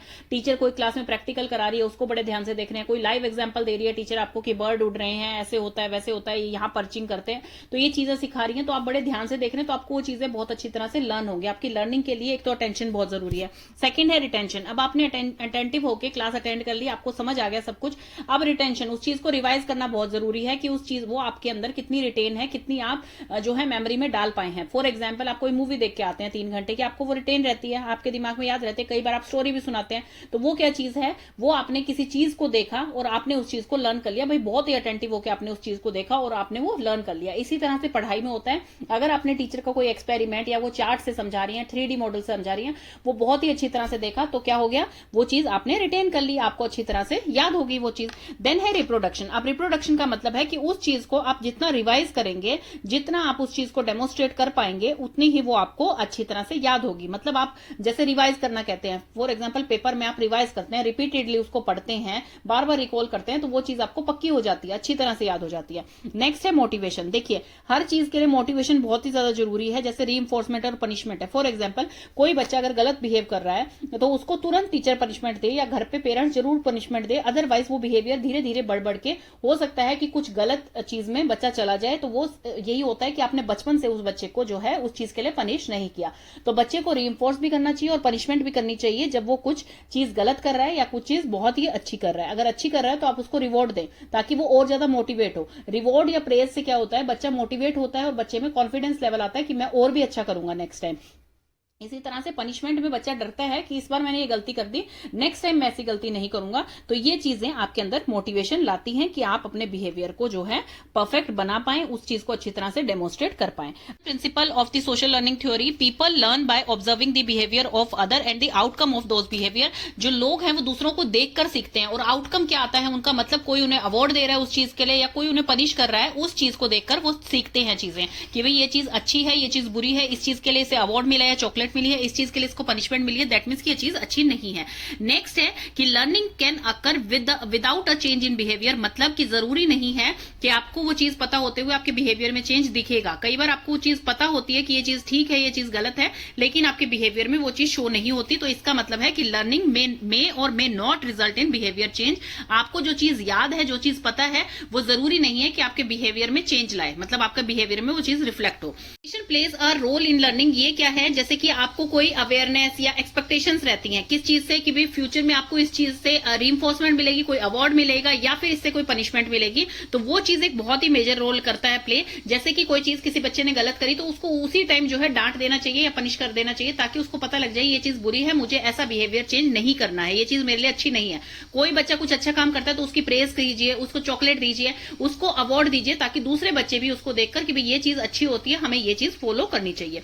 सोशल लर्निंग थ्योरी जो है वो कंसीडर की गई है, एक ब्रिज होता है वो किसके बीच में, behaviourist learning theory and cognitive learning theory के बीच में। अब इसकी अजम्पशन क्या क्या है, तो फर्स्ट इसकी अजम्पशन क्या है कि कोई भी है वो दूसरों को ऑब्जर्व करके सीखता है, दूसरों को देखकर सीखता है। जैसे कि हमने मॉडलिंग में भी पढ़ा था कि एक मॉडल, एक पर्सन है, उसका कैसा बिहेवियर है उसको देख के दूसरा पर्सन सीख रहा है। सेकंड है कि लर्निंग जो है वो एक इंटरनल प्रोसेस है जो कि आपके बिहेवियर में चेंज ला भी सकता है और नहीं भी ला सकता। मतलब आपको चीज पता है कि ये चीज अच्छी है, पर जरूरी नहीं है आप वो चीज फॉलो कर रहे हैं, और अगर आपको पता है ये चीज बुरी है और जरूरी नहीं है वो चीज आप फॉलो करें। मतलब कि लर्निंग जो है, किसी भी चीज की लर्निंग है, आपको कोई भी चीज आपको पता है, आप अवेयर है उस चीज के बारे में, लेकिन जरूरी नहीं है वो आपके बिहेवियर में चेंज लाए या ना लाए।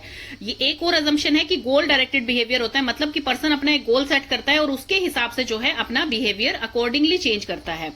नेक्स्ट है behaviour eventually becomes self regulated, मतलब कि कई बार क्या होता है कि खुद की, जैसे पर्सन कुछ भी कर रहा है तो वो धीरे धीरे अपनी ही लर्निंग से उसका बिहेवियर जो है वो चेंज होता रहता है, जिसे कहा जाता है इंट्रिंसिक बिहेवियर चेंज, मतलब कि सेल्फ रेगुलेटेड हो गया है वो behaviour change. And final assumption क्या है कि रीइंफोर्समेंट और पनिशमेंट की जो भी सीखते हैं हम, क्या है, अगर हमें यूं पता लग जाए कि इस चीज के बाद हमें जो है अवार्ड मिलेगा तो हम उस चीज को जो है अपने बिहेवियर में लेके आएंगे धीरे धीरे, और हमें अगर पता लग जाए कि ये चीज से पनिशमेंट मिलेगी तो हम उस चीज को धीरे धीरे जो है बंद कर देंगे। तो ये जो होता है ये इनडायरेक्ट आपका इफेक्ट होता है लर्निंग पे, डायरेक्ट नहीं होता, ये इनडायरेक्ट है कि मतलब आपको कैसा अवार्ड मिल रहा है, कैसी पनिशमेंट मिल रही है, उसके हिसाब से आपका बिहेवियर चेंज हो रहा है, सोशल लर्निंग हो रही है। नेक्स्ट आपका आता है एजुकेशनल इम्प्लीकेशन। क्या है एजुकेशनल इम्प्लीकेशन में, इसमें आता है कि स्टूडेंट जो है learn a great deal simply by observing other, कि दूसरों को देखकर ही सिर्फ जो स्टूडेंट है वो सीख सकते हैं। नेक्स्ट है इसमें कि जैसे आपको वो रिवॉर्ड वाला और आपको पनिशमेंट वाला जो था उसके हिसाब से जो है आप लर्न कर सकते हैं, आप देख सकते हैं चीजों को क्या अच्छी है क्या बुरी है। बच्चा एक अपना सिद्धांत बना लेता है कि ये चीज मुझे नहीं करनी है, तो उससे क्या होता है कि आपका पॉजिटिव वे में ही जो है बिहेवियर चेंज होता है, इनअप्रोप्रिएट बिहेवियर आपका नहीं चेंज होता है। देन है मॉडलिंग, एक टेक्निक है, मॉडलिंग से के द्वारा जो है वो एक अल्टरनेट वे अब ले सकते हैं टीचिंग में, जो कि आपका सोशल लर्निंग में ये वे ले सकते हैं, क्योंकि बच्चे जो हैं वो किसी और एड से पढ़ने की बजाय मॉडलिंग वे जो है बहुत ही अच्छा मीन्स है उनको टीच करने का, उनके लर्न करने का। क्योंकि मॉडलिंग में आगे 4 इफेक्ट आते हैं, वो आपको पता है। अटेंशन, बच्चे अटेंशन देते हैं कि भाई अच्छी तरह से देखेंगे, टीचर कुछ भी चीज करवा रही है, कुछ भी चीज आपको दिखा रही है, उस चीज को मतलब अटेंशन के साथ देखेंगे, फिर उस चीज को जो है रिटेन करेंगे अपने माइंड में कि भाई हाँ ये चीज मुझे अच्छी तरह से समझ आ गई है, याद हो गई है। फिर रिप्रोडक्शन, मतलब उसी चीज को रिवाइज किया जाएगा एंड देन मोटिवेट होंगे, फिर वो अपने बिहेवियर में वो चीज लेके आएंगे। देन है teacher must model appropriate behaviour, teacher को ये देखना चाहिए कि वो ऐसा मॉडल दिखाए बच्चों को जो कि अप्रोप्रिएट हो, उनके बिहेवियर के लिए अच्छा हो। अगर वो चेंज कर रहे हैं, उस चीज को लर्न कर रहे हैं, तो ऐसा ना हो कि कोई इनअप्रोप्रिएट हमने मॉडल दिखा दिया और उसमें जो है बच्चों को बता रहे हैं ऐसा होना चाहिए या ऐसा आपको बिहेव करना चाहिए, तो ये चीज गलत है। मतलब नेगेटिव चीज बच्चे को नहीं इंपोज करनी है।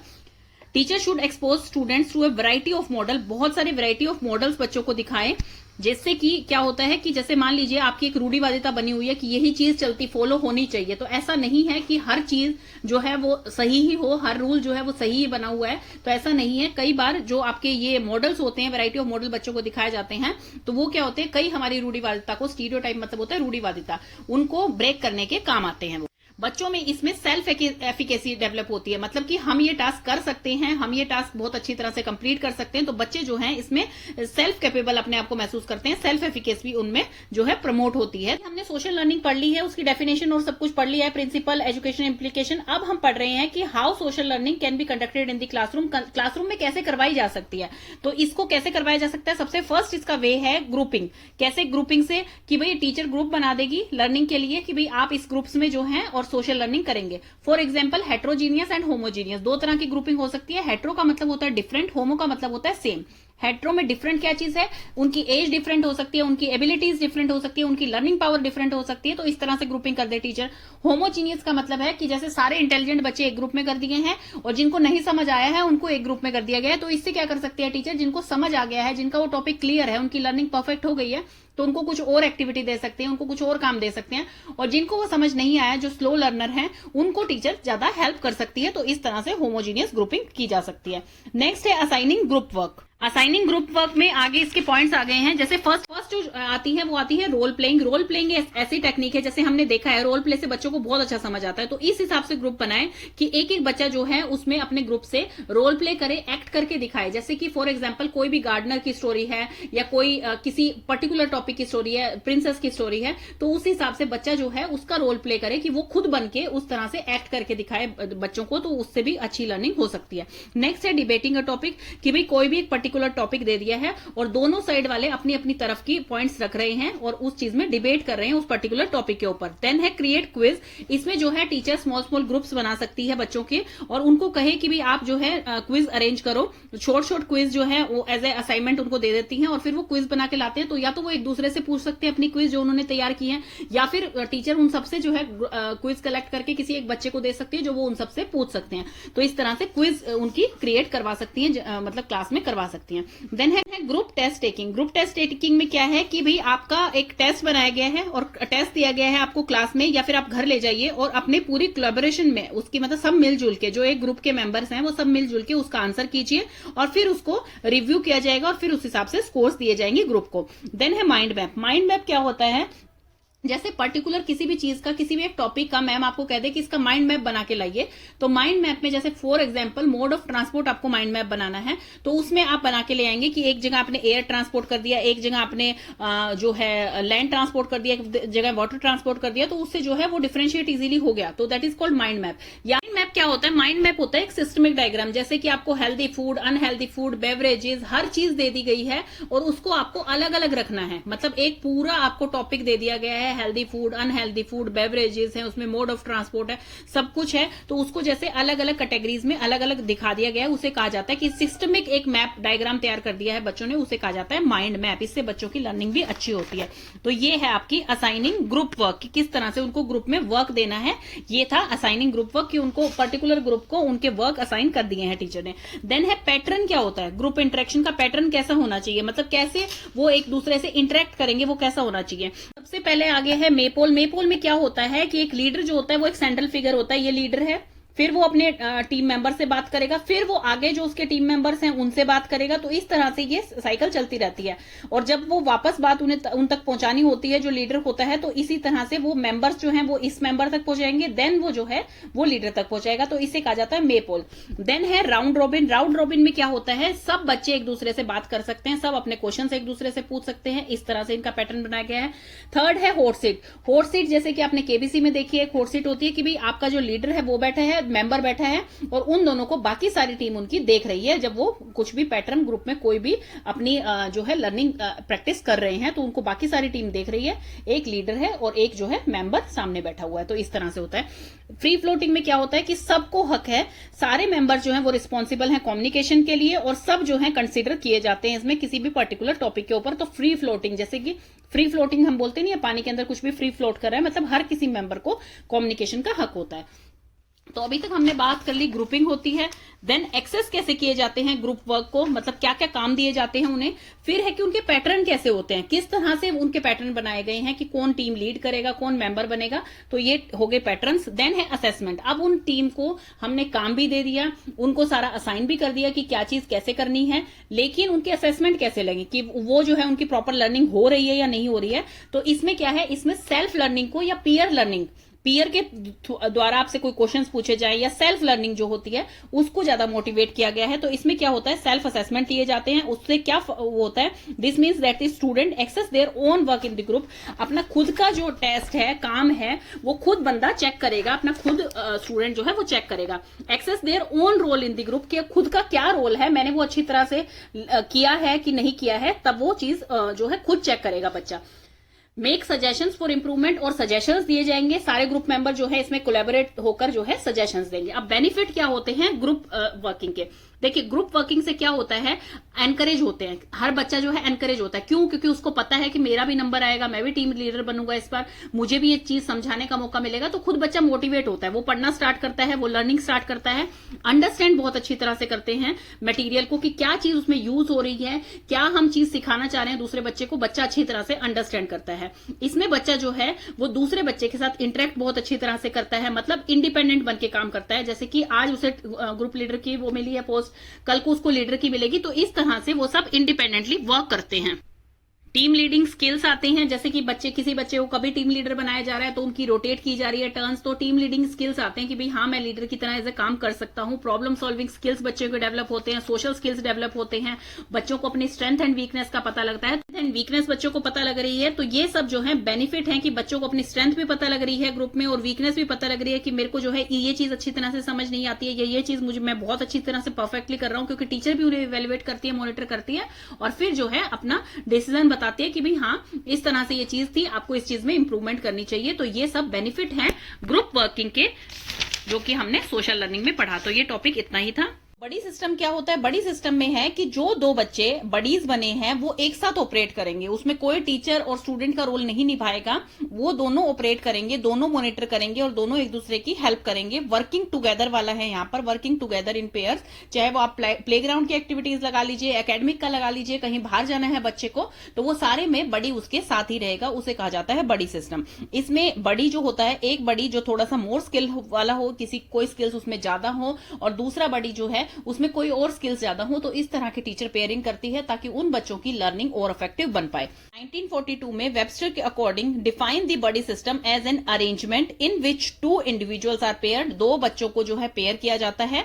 Ensure that the skill learning is transferred effectively from one individual to another, तो इसमें ये इंश्योर किया जाता है कि भाई एक इंडिविजुअल में जो स्किल ज्यादा है वो दूसरे में उसे ट्रांसफर करेगा, वो लर्निंग स्किल एक से दूसरे में इफेक्टिवली ट्रांसफर होगी, उसे कहा जाता है बड़ी सिस्टम। तो इसका पर्पस क्या होता है बड़ी सिस्टम का, और कैसे इसको जो है प्रॉपर ऑपरेट किया जाता है वो हम देखते हैं। सबसे पहले टीचर जो है इसका पर्पस क्लियर करेगी और सिलेक्शन करेगी बडीज का।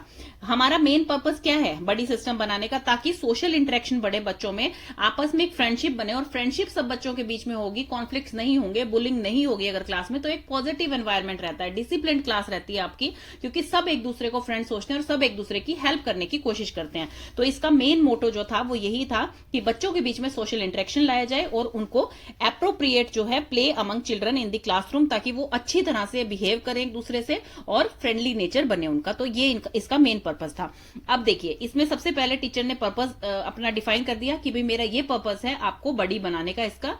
देन उसके बाद बच्चों का सिलेक्शन कर लिया, फिर टीचर जो है सिलेक्शन हो गया, फिर टीचर जो है ट्रेन करेगी जो एल्डर बडी है, मतलब चाहे वो एज में बड़ा है, चाहे उसके पास स्किल्स ज्यादा है, चाहे उसका आईक्यू लेवल ज्यादा है, उस एल्डर बडी को ट्रेन करेगी टीचर, ताकि इफेक्टिव लर्निंग हो पाए, हेल्दी लर्निंग हो पाए दोनों के बीच में।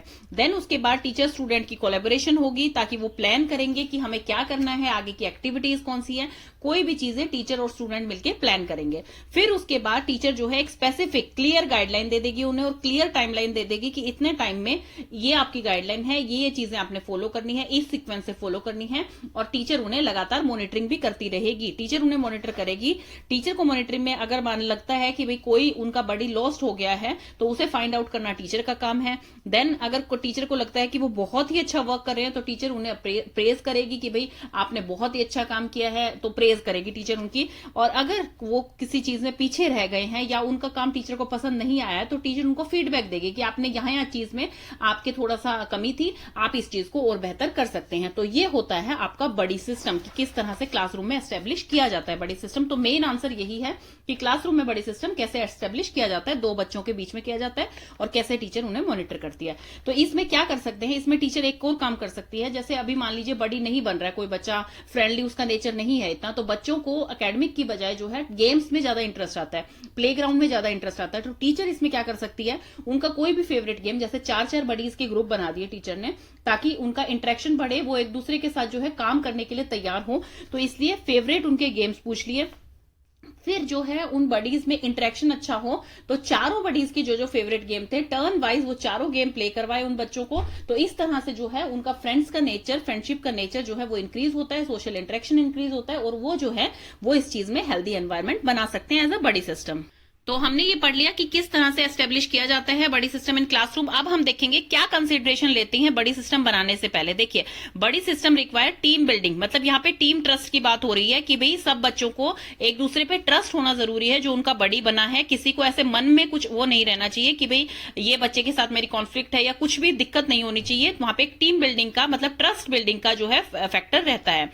बड़ी system require the learning takes place for all the student, मतलब बड़ी सिस्टम इसलिए बनाया जाता है, ऐसा नहीं कि एक स्टूडेंट पीछे रह गया, दूसरा ही बच्चा जो है वो लर्निंग में आगे निकलता जा रहा है, तो इसलिए नहीं बनाया गया। उसमें क्या होता है, जो ओल्डर पर्सन होता है, ओल्डन स्टूडेंट होता है, जिसको की ज्यादा नॉलेज होती है, ज्यादा स्किल्स होती हैं, वो भी कुछ चीज दूसरे बच्चे से सीखता है और दूसरा बच्चा भी उनसे लर्निंग सीखता है। तो मतलब एक्टिव लर्निंग दोनों की होनी बहुत जरूरी है, तभी ये कंसीडर किया जाएगा।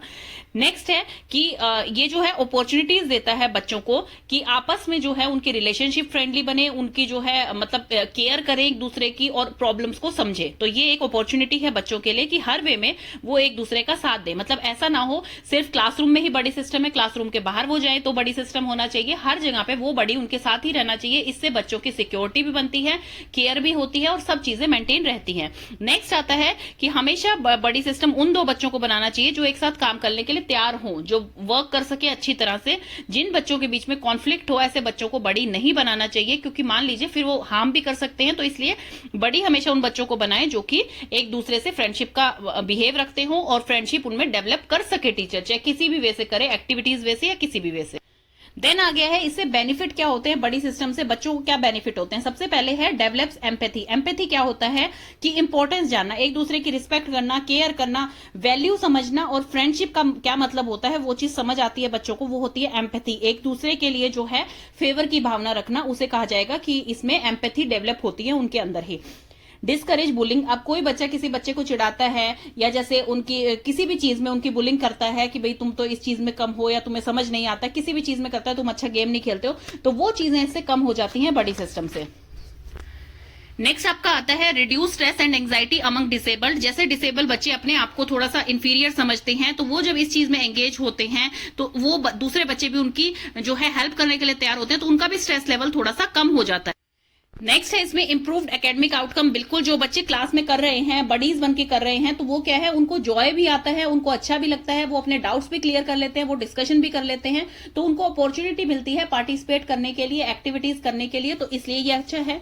बेटर क्लासरूम मैनेजमेंट, क्लासरूम इससे अच्छे से मैनेज होती है। कैसे, जब बडीज आपके बन जाएंगे, आपके यूं हो गया कि आप बाहर जाएंगे तो बड़ी के साथ जाएंगे, आप कहीं पे वैसे जा रहे हैं प्लेग्राउंड में तो बड़ी के साथ जाएंगे, क्लास में आएंगे तो बड़ी के साथ आएंगे। तो इससे क्या होती है, क्लासरूम आपका डिसिप्लिन मैनेज होता है, हर टास्क हर चीज जो है वो शेयर करता है बच्चा, कोऑपरेटिव ग्रुप लर्निंग होती है बच्चों की, तो इसलिए इससे क्लास का डेकोरम जो है वो मेंटेन रहता है। नेक्स्ट है develop positive cross age relationship. अब जैसे फ्रेंडशिप हम सिर्फ एक पीयर ग्रुप में ही नहीं, मतलब कोई बच्चा आपसे बड़ा है, कोई सीनियर है, तो मान लीजिए बडीज जैसे बनाए हैं उन्हें, तो जैसे कोई आपका सीनियर है लेकिन वो आपकी क्लास में पढ़ रहा है, किसी डिसेबिलिटी के कारण उसको कम समझ में आता है, कम लर्निंग होती है, तो उनके बीच में जो है एक क्लोज रिलेशन बना देते हैं, कोलैबोरेशन कर देते हैं और उनको जो है अच्छा फील होने लग जाता है, पॉजिटिव एनवायरनमेंट मिलता है, तो उनका भी जो है स्किल्स डेवलप होनी स्टार्ट हो जाती हैं। इसमें देखिए नुकसान नहीं है कि कोई एक बड़ी समझा रहा है तो उसको नुकसान होता है, कभी भी नहीं होता। अपनी नॉलेज बांटने से बंदे की, बच्चे की नॉलेज जो है वो बढ़ती है, कम नहीं होती है। तो इसीलिए नॉलेज आपको अगर किसी चीज की है, किसी को अगर कोई डाउट है, तो वो इजीली आप क्लियर कीजिए ताकि उसकी हेल्प हो सके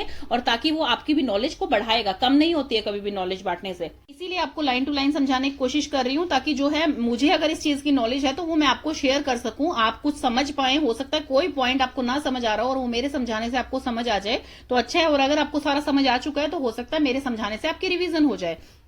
तो इसलिए इसमें क्या होता है, हम एक दूसरे को कंट्रीब्यूट करते हैं, पॉजिटिव एनवायरनमेंट बनता है, स्कूल कल्चर पॉजिटिव बनता है, केयरिंग नेचर बनता है स्टूडेंट्स का, तो एक दूसरे की हेल्प हम कर सकते हैं। देन है इन्वॉल्व पेरेंट्स। अब कोई बड़ी बनाया है तो उस स्टूडेंट के पेरेंट्स को पता होना चाहिए कि भाई हमने ये बड़ी किस लिए बनाया है। टीचर प्रॉपर रीजनिंग दे कि भाई उसमें मैच्योरिटी है, काइंडनेस है, तो इसके कारण हमने आपके बच्चे का बड़ी उसको बनाया है। तो इससे टीचर को मतलब पेरेंट्स के भी कंसर्न लेना जरूरी है। रिस्पॉन्सिबिलिटी डेवलप होती है बच्चों में। इसमें क्या होता है, बड़ी में ऐसा नहीं होता कि बच्चों को सिर्फ एकेडमिक सिखाना है या फिर सिर्फ प्लेग्राउंड में ले जाना है। आप कहीं पे भी जा रहे हैं तो अपनी बड़ी के साथ जाते हैं, इससे बच्चे की सिक्योरिटी होती है, बच्चे में रिस्पॉन्सिबिलिटी आती है। जैसे कि एक नॉर्मल बच्चा है, एक डिसेबल बच्चा है, तो उनको ट्रस्ट हो जाता है एक दूसरे पे, कॉन्फिडेंस बढ़ जाता है उनका कि भाई हाँ ये जहां जाएगा मुझे इसको फॉलो करना है, मुझे इसके साथ जाना है। तो वो चीज क्या है, एक पॉजिटिविटी लाती है बच्चों के बीच में और आपकी क्लास के बीच में, तो कल्चर भी उससे पॉजिटिव बनता है। बच्चों के अंदर सेल्फ डेवलप वो करता है, ये बिल्ड करता है। Promote inclusion. अब इसमें इंक्लूजन जो होती है बच्चों की, जैसे डिसेबल बच्चे नॉर्मल बच्चों के साथ पढ़ते हैं, वो इंक्लूजन इस चीज से बढ़ती है क्योंकि बच्चों को कॉन्फिडेंस आता है, उनको कॉमननेस फील होती है इसमें। Development of leadership skill. अब जो बड़ी मान लीजिए थोड़ा सा ज्यादा स्किल वाला था, जिसको टीचर ने ट्रेन किया कि भी आप दूसरे बड़ी को ये लर्निंग करवाएंगे, तो वो बड़ी में क्या है, लीडरशिप क्वालिटी भी आ जाती है और इसी तरह से टर्न वाइज टीचर चेंज करती रहे, तो इसे कहा जाता है बड़ी सिस्टम। टॉपिक आ गया है what is reflective teaching and how reflective teaching helpful in meeting individual need in the classroom. देखिए इस चैप्टर में हर टॉपिक बहुत ही छोटा है एंड बहुत ही इंपॉर्टेंट है, वो आपके लिए भी हेल्पफुल रहेगा आपकी टीचिंग स्ट्रेटजीज में। तो इसलिए ये सारे पढ़ के जाइएगा आप, जितने मैंने आपको बता रखा है उतना सफिशिएंट है, आप उसमें आराम से क्वेश्चन लिख के आ सकते हैं। तो सबसे पहले देखिए, टीचिंग जो होती है वो एक बहुत ही कॉम्प्लेक्स और हाई स्किल्ड एक्टिविटी होती है, क्योंकि हमें दूसरों को नॉलेज देनी है, उनकी नॉलेज हमें बढ़ानी है। मतलब यहाँ पे लर्नर हमसे कितना लर्न करके जा रहा है, वो किसकी रिस्पॉन्सिबिलिटी होती है, टीचर की रिस्पॉन्सिबिलिटी होती है। तो टीचर को ही जब तक वास्ट नॉलेज नहीं होगी उस पर्टिकुलर टॉपिक की या पर्टिकुलर चैप्टर की, तो वो अपने स्टूडेंट्स को कैसे कन्वे कर पाएगी। क्योंकि स्टूडेंट हो सकता है उनकी क्लास में 40 स्टूडेंट हैं और 40 के 40 जो हैं वो यूनिक थिंकिंग रखते हैं, उनसे कोई भी क्वेश्चन वो पुटअप कर सकते हैं। तो टीचर को हर चीज पता होनी बहुत जरूरी है। तो इसमें रिफ्लेक्टिव टीचिंग का मतलब है क्या होता है, जैसे हम मिरर के सामने देखकर बोल रहे हैं, तो वो क्या है, हमारी रिफ्लेक्शन दिखा रहा है कि भाई हम कैसे। अब जैसे मान लीजिए हम कोई इंटरव्यू देने जाते हैं या फिर हमें किसी इंपॉर्टेंट पे ओरल प्रेजेंटेशन देनी है, तो हम क्या करेंगे, सबसे अच्छा हमें लगता है कि हम मिरर के सामने खड़े होकर बोले ताकि हमारा कॉन्फिडेंस डेवलप हो। तो ये वैसे ही है रिफ्लेक्टिव टीचिंग। इसमें टीचर अपना खुद का देखती है कि वो जो लर्निंग करवा रही है बच्चों को, वो जो समझा रही है वो कितना इफेक्टिव है, कितना हेल्प कर रहा है बच्चों को लर्न करने के लिए। तो इसमें क्या लिखा जाएगा, रिफ्लेक्टिव का मतलब होता है how effectively it support learners learning, कि भी आपके जो बच्चे हैं उनकी लर्निंग को कितना सपोर्ट कर रही है, वो कितना अच्छी तरह से समझ आ रहा है बच्चों को। ऐसा तो नहीं है कि उनको कभी लैंग्वेज नहीं समझ आ रही है या कोई कॉन्सेप्ट समझ नहीं आ रहा है मैम का, या कोई मटेरियल्स मैम जो यूज करवा रही है वो नहीं समझ आ रहा है। तो इसमें क्या है, टीचर अपनी जजमेंट करती है इसमें कि भाई कैसे मैं अपने आप को इंप्रूव कर सकती हूँ, कैसे क्या चेंजेस ला सकती हूँ ताकि मेरे लर्नर, मेरे जो स्टूडेंट हैं उनको अच्छी तरह से समझ आए हर चीज। इसमें डेफिनेशन आप लिखेंगे, reflective teaching is a process where teachers think over their teaching practice analysing how something was taught, कैसे वो पढ़ा रही है, कैसे वो प्रैक्टिस में ला रही है, कैसे इंप्रूव कर सकती है, कैसे चेंजेस कर सकती है ताकि लर्निंग आउटकम जो है वो बेटर हो जाए। तो इसमें आपको क्या प्रोसीजर है इसका, ये पूरा पैराग्राफ पढ़ने की जरूरत नहीं है, मैं आपको बता देती हूँ। सबसे पहले टीचर क्या करती है, इन्फॉर्मेशन कलेक्ट करती है। कहां से करती है, या तो अपने पीयर ग्रुप जो उनके कलीग्स होंगे, जैसे बाकी टीचर्स हैं स्टाफ रूम में बैठते हैं, उनसे वो डिस्कस करें मैं इस तरह से करने जा रही हूँ और मैं ये मटेरियल्स यूज कर रही हूँ, तो हर चीज उनसे डिस्कस करें। तो पीयर ग्रुप आपको जो है फीडबैक दे सकता है। असेसमेंट्स के द्वारा पता लग सकता है आपको, जैसे स्टूडेंट है आपकी क्लास के, वो तो वैसे तुरंत ही फीडबैक दे देते हैं जो एक्टिव स्टूडेंट होते हैं कि भाई मैम मुझे ये चीज समझ नहीं आई है या मुझे ये टॉपिक समझ नहीं आया है, तो वो आपको तुरंत फीडबैक मिल जाता है। या फिर असेसमेंट जब बच्चों के होते हैं, जब उनके एग्जाम होते हैं, तो आपका रिजल्ट कैसा आया है। कई टीचर्स का 100% रिजल्ट जो है वो 90% से ऊपर रहता है, कई टीचर्स का कम रहता है, कई में जो बच्चे लो वाले हैं वो ज्यादा होते हैं। तो टीचर को उससे पता लग सकता है कि मेरी कितनी इफेक्टिव है मेरी टीचिंग। इन्फॉर्मेशन आप कलेक्ट कर लेंगे, फिर उसके बाद उसे एनालाइज किया जाएगा। एनालाइज किस बेसिस पे किया जाएगा कि भाई आप कैसा पढ़ा रहे हैं, किस तरह से पढ़ा रहे हैं, कौन कौन से एड्स यूज कर रहे हैं, कितना इफेक्टिव है लर्निंग, स्टूडेंट्स का क्या फीडबैक है, स्टूडेंट्स आपको कैसा रिस्पॉन्ड कर रहे हैं, वो सब आपका एनालाइज किया जाएगा। फिर उसके बाद इवेल्युएट करेंगे उस इन्फॉर्मेशन को, जो कलेक्टेड इन्फॉर्मेशन हमारे पास आई है कि भाई पॉजिटिव है, नेगेटिव है, जैसा भी टीचर्स ने आपके बारे में बताया है, बच्चों के असेसमेंट ने बताया है, बच्चों ने आपके बारे में कहा है, तो वो सारा का सारा इवेल्युएट किया जाएगा। फिर उसके बाद आप अकॉर्डिंगली चेंजेस लाएंगे, इंप्रूवमेंट लाएंगे अपनी टीचिंग स्ट्रेटेजीज में, ताकि आपके लर्नर्स की जो लर्निंग है वो इफेक्टिव हो सके, वो अच्छी हो सके। तो इसलिए ये कहलाती है आपकी reflective teaching. How can you do it better, आप उसे बेटर कैसे कर सकते हैं, वो मैंने जैसे बताया, आप इन्फॉर्मेशन कलेक्ट करेंगे, फिर उसके बाद एनालाइज करेंगे, इवेल्युएट करेंगे और फिर अपने उसमें चेंजेस लाएंगे अपने टीचिंग स्ट्रेटेजीज में, अपने टीचिंग पैटर्न्स में। इसमें जो है पर्सन सेल्फ अवेयर रहता है, इसमें तो पेशेंस की जरूरत पड़ती है और बहुत ही केयरफुल ऑब्जर्वेशन लेने की जरूरत पड़ती है। तो ये आप इसमें लिख सकते हैं। नहीं तो ये ये अलग से आपको हेडिंग बनाने की जरूरत नहीं है, आप सीधा रिफ्लेक्टिव टीचिंग के बारे में लिखिए और उसका प्रोसीजर लिखिए। प्रोसीजर जो मैंने आपको ये डायग्रामेटिकली बताया है फ्लो चार्ट से, आप ये लिख सकते हैं प्रोसीजर, क्योंकि प्रोसीजर के नाम से इसमें कुछ दे नहीं रखा है, बट होता प्रोसीजर यही है कि पहले इन्फॉर्मेशन कलेक्ट होती है, फिर एनालाइज होती है, फिर इवेल्युएट किया जाता है और फिर वो चेंजेस और इंप्रूवमेंट लेके आते हैं। देन है नीड एंड इंपॉर्टेंस। क्या है भाई, क्या जरूरत है रिफ्लेक्टिव टीचिंग। देखिए नीड और इंपॉर्टेंस क्या है, आपको जरूरत किस लिए रिफ्लेक्टिव टीचिंग की। एक तो ये होता है कि भी आप सीधा टीचर्स पढ़ाए अपनी क्लास में, बच्चों को समझ आ रहा है नहीं आ रहा है, बच्चे आपको रिस्पॉन्ड कर रहे हैं या नहीं, डिसिप्लिन है या नहीं आपकी क्लास में, आपको फर्क नहीं पड़ रहा है, आप अपनी टीचिंग करवाए हैं, चाहे कितनी भी आप टीचिंग अपनी तरफ से अच्छी करवा रहे हैं, बच्चों को उसमें कुछ कमी लग रही है, बच्चों को लैंग्वेज समझ नहीं आ रही है, बच्चों को मटेरियल समझ नहीं आ रहा है, बच्चों को आपकी स्ट्रेटेजी समझ नहीं आ रही है, जिसे आप चेंज कर सकते हैं एज ए टीचर, क्योंकि टीचर के पास बहुत सारे ऑप्शन होते हैं कि वो अलग तरह से अपने स्टूडेंट्स को समझा सकती हैं। तो इसलिए इंपॉर्टेंस है रिफ्लेक्टिव टीचिंग की, ताकि वो एक जो है कंक्लूजन तक ना पहुंच जाए, टीचर पूरा चैप्टर खत्म करवा के उसको क्वेश्चन आंसर करवा के कंक्लूजन तक ना पहुंच जाए, उनको पता लगना चाहिए कि बच्चों को समझ आया है कि नहीं। मेन काम टीचर का ये होता है कि आपके लर्नर्स की लर्निंग कितनी इफेक्टिव हो रही है वो आपको देखना है। यहाँ पर ये नहीं कि टीचर को पढ़ा के आना है, वो तो कोई भी पढ़ा देगा फिर बच्चों को। तो इसलिए नीड स्पेशली यही पड़ी थी। अब इसको पॉइंट्स में कैसे लिखेंगे आप, इसकी किस लिए नीड और क्या इंपॉर्टेंस थी इसकी। टीचर जो है वो क्या करती है, अपनी कलीग से ऑब्जर्वेशन लेती है, सेल्फ एनालिसिस करती है। सेल्फ एनालिसिस कैसे करती है, जैसे कि आपके खुद की रिकॉर्ड करके वॉइस या फिर अपनी खुद की वीडियो बना के वो देखती हैं कि मैंने किस तरह से बच्चों को समझाया, बच्चों का क्या रिएक्शन आ रहा था क्लास में, तो वो उस तरह से अपने आप को सेल्फ अवेयर भी करती हैं और सेल्फ जो है उस चीज को एनालाइज करके और ठीक भी करती हैं, तो और अपने कलीग से ऑब्जर्वेशन लेती हैं। रिफ्लेक्टिव टीचिंग जो है वो पर्सनली फुलफिलिंग होती है टीचर्स के लिए, क्योंकि उससे टीचर सेटिस्फाई होती है कि हाँ मैंने बहुत अच्छा पढ़ाया या मेरा लेसन बहुत अच्छा गया, बच्चों का बहुत अच्छा फीडबैक था, बच्चों के मार्क्स बहुत अच्छे आ रहे हैं, मेरे पीयर ग्रुप ने बहुत पॉजिटिव साइन दिए हैं। तो मतलब ये कहा जाता है reflective teaching is personally fulfilling for teachers. If a lesson went well, अगर लेसन बहुत अच्छी तरह से गया तो इसका मतलब ये सक्सेसफुल है भाई, टीचर ने बहुत अच्छी तरह से डिस्क्राइब किया, टीचर्स ने बहुत अच्छी तरह से समझाया, बच्चों को बहुत अच्छी तरह से समझ आया, तो वो बहुत सक्सेसफुल है। अगर मान लीजिए बच्चों को ही समझ नहीं आया, जैसे बच्चों को लैंग्वेज समझ नहीं आई है या कोई पॉइंट समझ नहीं आया है, तो फिर वो टीचर को बताएंगे कि टीचर ये हमें क्लियर नहीं हुआ है, आप प्लीज इसे रिपीट कीजिए या समझाइए। तो उसमें टीचर अपना जो है बच्चों से फीडबैक लेके उस चीज को और इंप्रूव कर सकती है और दूसरे मेथड से उस टॉपिक को समझा सकती है। स्टूडेंट्स आर मिसबिहेविंग, तो वो क्या मिसबिहेव कर रहे हैं, किस टाइम कर रहे हैं और क्यों कर रहे हैं। मतलब कि आप नोटबुक्स चेक कर रही है टीचर, क्या उस टाइम मिसबिहेव कर रहे हैं, बातें कर रहे हैं क्लास में, या फिर जब आप पढ़ा रहे हैं जब कर रहे हैं, तो उससे भी आपको काफी कुछ फीडबैक मिल सकता है कि भाई बच्चों को समझ नहीं आ रहा है या बच्चे इंटरेस्टेड नहीं है इस टॉपिक में। रिफ्लेक्टिव टीचिंग जो होती है वो स्टडी इंक्रीज होती है क्वालिटी ऑफ टीचिंग में। कैसे, अब जितनी क्वालिटी, जितनी हमारी एजुकेशन लेवल हम इंक्रीज करेंगे, हम अच्छा समझाएंगे बच्चों को, हम स्ट्रेटेजीज अलग अलग बनाएंगे, मेथड्स बनाएंगे अलग अलग समझाने के बच्चों को, तो उससे बच्चों को अच्छा समझ आएगा। अब देखिए टीचर्स कितना कुछ कर सकती हैं। टीचर एक तो डेमोन्स्ट्रेशन दे सकती है अपनी क्लास को, पहले समरी बताए कि भी चैप्टर पूरा मैं करवा रही हूँ, इसमें क्या समरी है, क्या हम पढ़ने वाले हैं। दूसरा, उन बच्चों को प्रैक्टिकली वो चीज करके दिखाए, भाई कोई भी है आपका टॉपिक, फ्लावर है, कोई भी चीज है, आप उन्हें गार्डन में लेके जाए या फिर ऐसा 3D मॉडल दिखाएं जिससे कि बच्चों को अच्छी तरह से समझ आए। अब स्केलेटन सिस्टम है, हार्ट है, ये चीजें बच्चों को एकदम से बुक से देखते ही कैसे समझ आ सकती है। हाँ, वो इस चीज को जब 3D मॉडल से देखेंगे या फिर कोई वीडियो आप दिखा रहे हैं तो बच्चों को और अच्छी तरह से समझ आएगा। तो इसलिए टीचर के पास बहुत सारी स्ट्रेटेजीज होती हैं और रिफ्लेक्टिव टीचिंग उस क्वालिटी को इंक्रीज करने में काम आती है। ये क्या करती है, इंक्रीज करती है आपकी क्वालिटी ऑफ एजुकेशन को, क्योंकि आप जब टीचर अपने आप अंदर इंप्रूवमेंट करेगी, अपने चेंजेस लेके आएगी ताकि उसके स्टूडेंट्स की लर्निंग आउटकम अच्छी हो, तो वो जो है रिफ्लेक्टिव टीचिंग इससे फायदा देती है।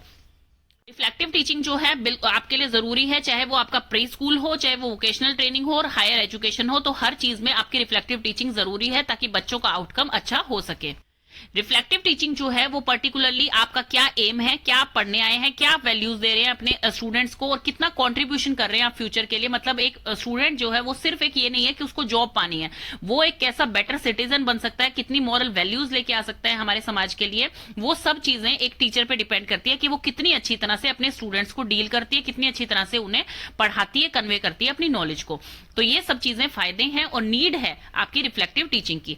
अब है अप्रोचेस टू क्रिटिकल रिफ्लेक्शन। सबसे पहले आया है पीयर्स ऑब्जर्वेशन, कि भाई आप अपने कलीग से उनको, मतलब जैसे आपको अपॉर्चुनिटी मिलती है कि भाई अपने कलीग से आप पूछ सकते हैं, जैसे कि स्टाफ रूम में पूछ सकते हैं, नहीं तो दो कलीग्स अगर पेयर में पढ़ा रहे हैं किसी क्लास को तो वो एक दूसरे के बारे में ऑब्जर्वेशन दे सकते हैं। नहीं तो जब आपकी क्लास चल रही है उस टाइम आपका पीयर ग्रुप कोई फ्री है तो वो बैठ सकता है ऑब्जर्व करने के लिए कि आपकी टीचिंग कैसी चल रही है। तो इस तरह से वो जो है पीयर ग्रुप आपको ऑब्जर्व करेगा और वो फिर उसका फीडबैक देगा। तो इसमें फर्स्ट पॉइंट है each participant would both observe and B observe. मतलब जो दो टीचर हैं पेयर में काम कर रही हैं वो टर्न वाइज, मतलब एक तो ऑब्जर्व करेंगी और एक ऑब्जर्व्ड होंगी। मतलब कि दो टीचर हैं, एक पढ़ा रही हैं तो दूसरी टीचर उनको ऑब्जर्व कर रही है, फिर दूसरी टीचर की टर्न आ गई है तो वो जो पहली टीचर थी वो दूसरी टीचर को ऑब्जर्व कर रही हैं और फिर उन्हें बता रही हैं। तो ऑब्जर्वेशन जो होती हैं, इसमें आगे सेकंड पॉइंट आ गया है प्री ऑब्जर्वेशन। प्री ऑब्जर्वेशन का मतलब है कि जब तक आपकी क्लास स्टार्ट नहीं हुई है आप उससे पहले ही डिस्कस कर रही हैं कि भाई क्लासरूम का क्या नेचर है। जैसे कई क्लासेस में जो है बच्चे शैतान ज्यादा होते हैं, कई क्लासेस में इंटेलिजेंट बच्चे ज्यादा होते हैं, तो इस तरह से पहले टीचर जो है नेचर देखेगी, क्लासरूम ऑब्जर्व करेगी कि क्लासरूम में बच्चे किस टाइप के हैं, कैसा सिटिंग अरेंजमेंट है, किस टाइप से हम उनको मटेरियल्स दिखाते हैं, वो सब चीजें, और क्या पढ़ाया जाना है आज, क्या वे से पढ़ाएंगे हम, किस तरह के स्टूडेंट है, इसमें पैटर्न क्या है इंटरेक्शन का, हर चीज टीचर पहले मतलब ऑब्जर्व करने से पहले ही डिस्कस कर लेंगे कि आज हम क्लास में जाएंगे, इस तरह से बच्चों को बिठाएंगे, इस तरह से हर बच्चे की पार्टिसिपेशन करवाएंगे, हर बच्चे से इंटरेक्ट करेंगे, इंटरेक्टिव क्लासरूम बनाएंगे। तो इस तरह से टीचर सब कुछ पहले ही ऑब्जर्व करेंगे। फिर है उसके अब ऑब्जर्वेशन आ गई है। ऑब्जर्वेशन में क्या है, अभी तक तो प्री ऑब्जर्वेशन था, जैसे स्टाफ रूम में चल रहा है या क्लास स्टार्ट होने से पहले चल रहा है कि भाई हर चीज देख रहे हैं वो। अब ऑब्जर्वेशन में क्या है, अब टीचर जिसको ऑब्जर्व करना है वो अपने पार्टनर की क्लास में आ गई हैं, जिसमें मतलब जिसको ऑब्जर्व करना है उसकी टीचर क्लास में आ गई हैं, और फिर उसके बाद जब कंप्लीट प्रोसीजर तक वो उसको जो है ऑब्जर्व करती रहती हैं कि भाई हाँ उन्होंने क्या पढ़ाया, कैसे पढ़ाया, किस चीज में कमी लगी, किस चीज में क्या लगी, तो वो सारा ऑब्जर्व करती है। फिर पोस्ट ऑब्जर्वेशन, जब दोनों की क्लास आफ्टर लेसन मतलब खत्म हो जाता है उसके बाद वो एक दूसरे को इन्फॉर्मेशन देते हैं जो उन्होंने कलेक्ट की थी, डिस्कस करते हैं टीचर्स के साथ और फिर उस चीज में इंप्रूवमेंट करते हैं। नेक्स्ट आ गया है टीचर्स डायरी। एक तो इस तरह से टीचर जो है ऑब्जर्व कर सकती है, एक तो ये अप्रोच है जो रिफ्लेक्टिव टीचिंग को ऑब्जर्व कर सकती है। दूसरा है टीचर्स डायरी कि भाई टीचर जो है हर चीज अपनी डायरी में नोट करती रहे कि भाई बच्चों को होमवर्क दिया था, बच्चे करके आए हैं कि नहीं है, मैंने बच्चों को ये समझाया था, उनके टेस्ट में कितने मार्क्स आए हैं, मतलब हर चीज छोटी छोटी चीज कि वो अपनी डायरी में लिखती रहे। लेकिन ये बहुत ही टाइम टेकिंग होता है क्योंकि एक एक चीज लिखना बहुत ही टाइम टेकिंग चीज है। रेगुलर बेसिस पे उस चीज को बार बार मतलब लिखना, डेली की एक हैबिट बना लेना। देन है रिकॉर्डिंग लेसन। रिकॉर्डिंग लेसन जो है बहुत ही अच्छा तरीका है जिसमें बंदा जो है अपनी सेल्फ रिपोर्ट तैयार कर सकता है, सेल्फ रिफ्लेक्शन देख सकता है। जैसे कि आप मिरर के सामने खड़े होकर देखते हैं, बिल्कुल वैसा ही है कि वीडियो रिकॉर्डिंग हो या ऑडियो रिकॉर्डिंग हो आपके लेसन की, और फिर उसके बाद वो आपको दिखाई जाए कि भाई आप किस तरह से पढ़ा रहे हैं, ताकि आप खुद अपनी गलती उसमें ढूंढ सके या रिकॉल कर सके कि भाई हाँ मैंने ये चीज कम पढ़ाई है, ये चीज ज्यादा पढ़ाई है, तो वो चीज मतलब आपको पता लग सके। तो ये एक तरह की सेल्फ रिपोर्ट होती है। ये डायरीज का सप्लीमेंट ही है। डायरीज में हम वो चीज लिखते हैं और यहाँ पर वर्बल हम लाइव देख रहे हैं कि भाई हमने क्लास में कैसा पढ़ाया है। तो ऑडियो रिकॉर्डिंग काफी यूजफुल होती है हर एस्पेक्ट्स को कंसीडर करने के लिए कि भाई हाँ हम किस तरह से इंटरेक्ट कर रहे थे बच्चों के साथ, हम किस तरह से बोल रहे थे, बच्चों का क्या रिएक्शन था, ये सब कुछ। व्हाट अबाउट किस चीज के बारे में हो रहा है, टीचर किस चीज के बारे में बात कर रही है, इंस्ट्रक्शंस क्या दे रही है, एक्सप्लेन क्लियरली कर रही है कि नहीं। तो हर चीज, क्योंकि आपको ऑडियो और वीडियो में तो सब कुछ दिख सकता है कि भाई आप टीचर किस तरह से बच्चों को जो है समझा रही है, बच्चों को समझ आ रहा है या नहीं, बच्चे कौन से क्वेश्चंस पूछ रहे हैं, हर चीज टीचर इंटरेक्ट कितना कर रही है बच्चों के साथ, वो सब चीज आपका ऑडियो रिकॉर्डिंग में वीडियो रिकॉर्डिंग में दिख सकता है। नेक्स्ट है स्टूडेंट फीडबैक। अब जैसे स्टूडेंट्स को फीडबैक फॉर्म वगैरह दिए जाते हैं कई बार, तो वो होता है स्टूडेंट फीडबैक कि भाई स्टूडेंट से पूछा जाए कि आपकी टीचर कैसा समझा रही है, आपका क्या ओपिनियन है कि भाई वो कितनी वैल्यूज आपको दे पा रही है, कितना आपको अच्छी तरह से समझ आ पा रहा है, तो वो होती है स्टूडेंट्स फीडबैक। तो ये आपकी थी अप्रोचेज। अब आ गया है आपका प्रोसीजर ऑफ रिफ्लेक्टिव टीचिंग। ये क्या है, ये एक साइक्लिक प्रोसेस है। जैसे ही टीचर ने कोई भी चेंजेस और इंप्रूवमेंट लेके आए, जो मैंने स्टार्टिंग में आपको प्रोसीजर बताया था, जो कि इसकी डेफिनेशन भी है, जैसे ही टीचर चेंजेस और इंप्रूवमेंट लेके आई अपनी टीचिंग में, अपनी स्ट्रेटेजीज में, अपने मटेरियल एड में, किसी भी चीज में, दोबारा से वो एनालाइज होंगी, दोबारा से वो इवेल्युएट होंगी, दोबारा से चेंजेस होंगे। तो मतलब एक साइक्लिक प्रोसेस है। तो टीचर जब इन्फॉर्मेशन कलेक्ट करती है, जब ये सारी इन्फॉर्मेशन उनके पास आ गई है, जब वो कलेक्ट करती हैं और अपनी क्लासरूम के बारे में उन्हें पता लगता है, तब टीचर क्या क्या स्टेप्स करती हैं। सबसे फर्स्ट स्टेप आ गया है थिंक, जो कि इसके प्रोसीजर में है। जो ये ऊपर प्रोसीजर बताया था, एक कॉमन प्रोसीजर है रिफ्लेक्टिव टीचिंग का, जो कि डेफिनेशन की टाइप में आप याद कर सकते हैं। अब ये प्रोसीजर में थिंक है। थिंक में सबसे पहले वो क्या करेंगी, जो भी उन्हें फीडबैक मिला था, जो भी ऑब्जर्वेशन, चाहे वो वीडियो रिकॉर्डिंग से ली थी, चाहे उन्होंने ऑब्जर्वेशन से ली थी, चाहे उन्होंने डायरी से ली है, चाहे स्टूडेंट्स के फीडबैक से ली है, किसी चीज से भी उन्होंने जो भी ऑब्जर्वेशन ली है, उस चीज का फीडबैक वो ऑब्जर्व करेंगी और उसके अकॉर्डिंग उन्हें आइडियाज आएंगे कि भाई क्या चीज इंप्लीमेंट करनी है, क्या चीज चेंज करनी है। तो यहां पर वो सोच रही हैं। देन वो अपने पीयर ग्रुप से बात करेंगे कि भाई आपको कहां कमी लग रही है, आपको क्या लग रहा है, पीयर ग्रुप उन्हें आइडियाज देंगे।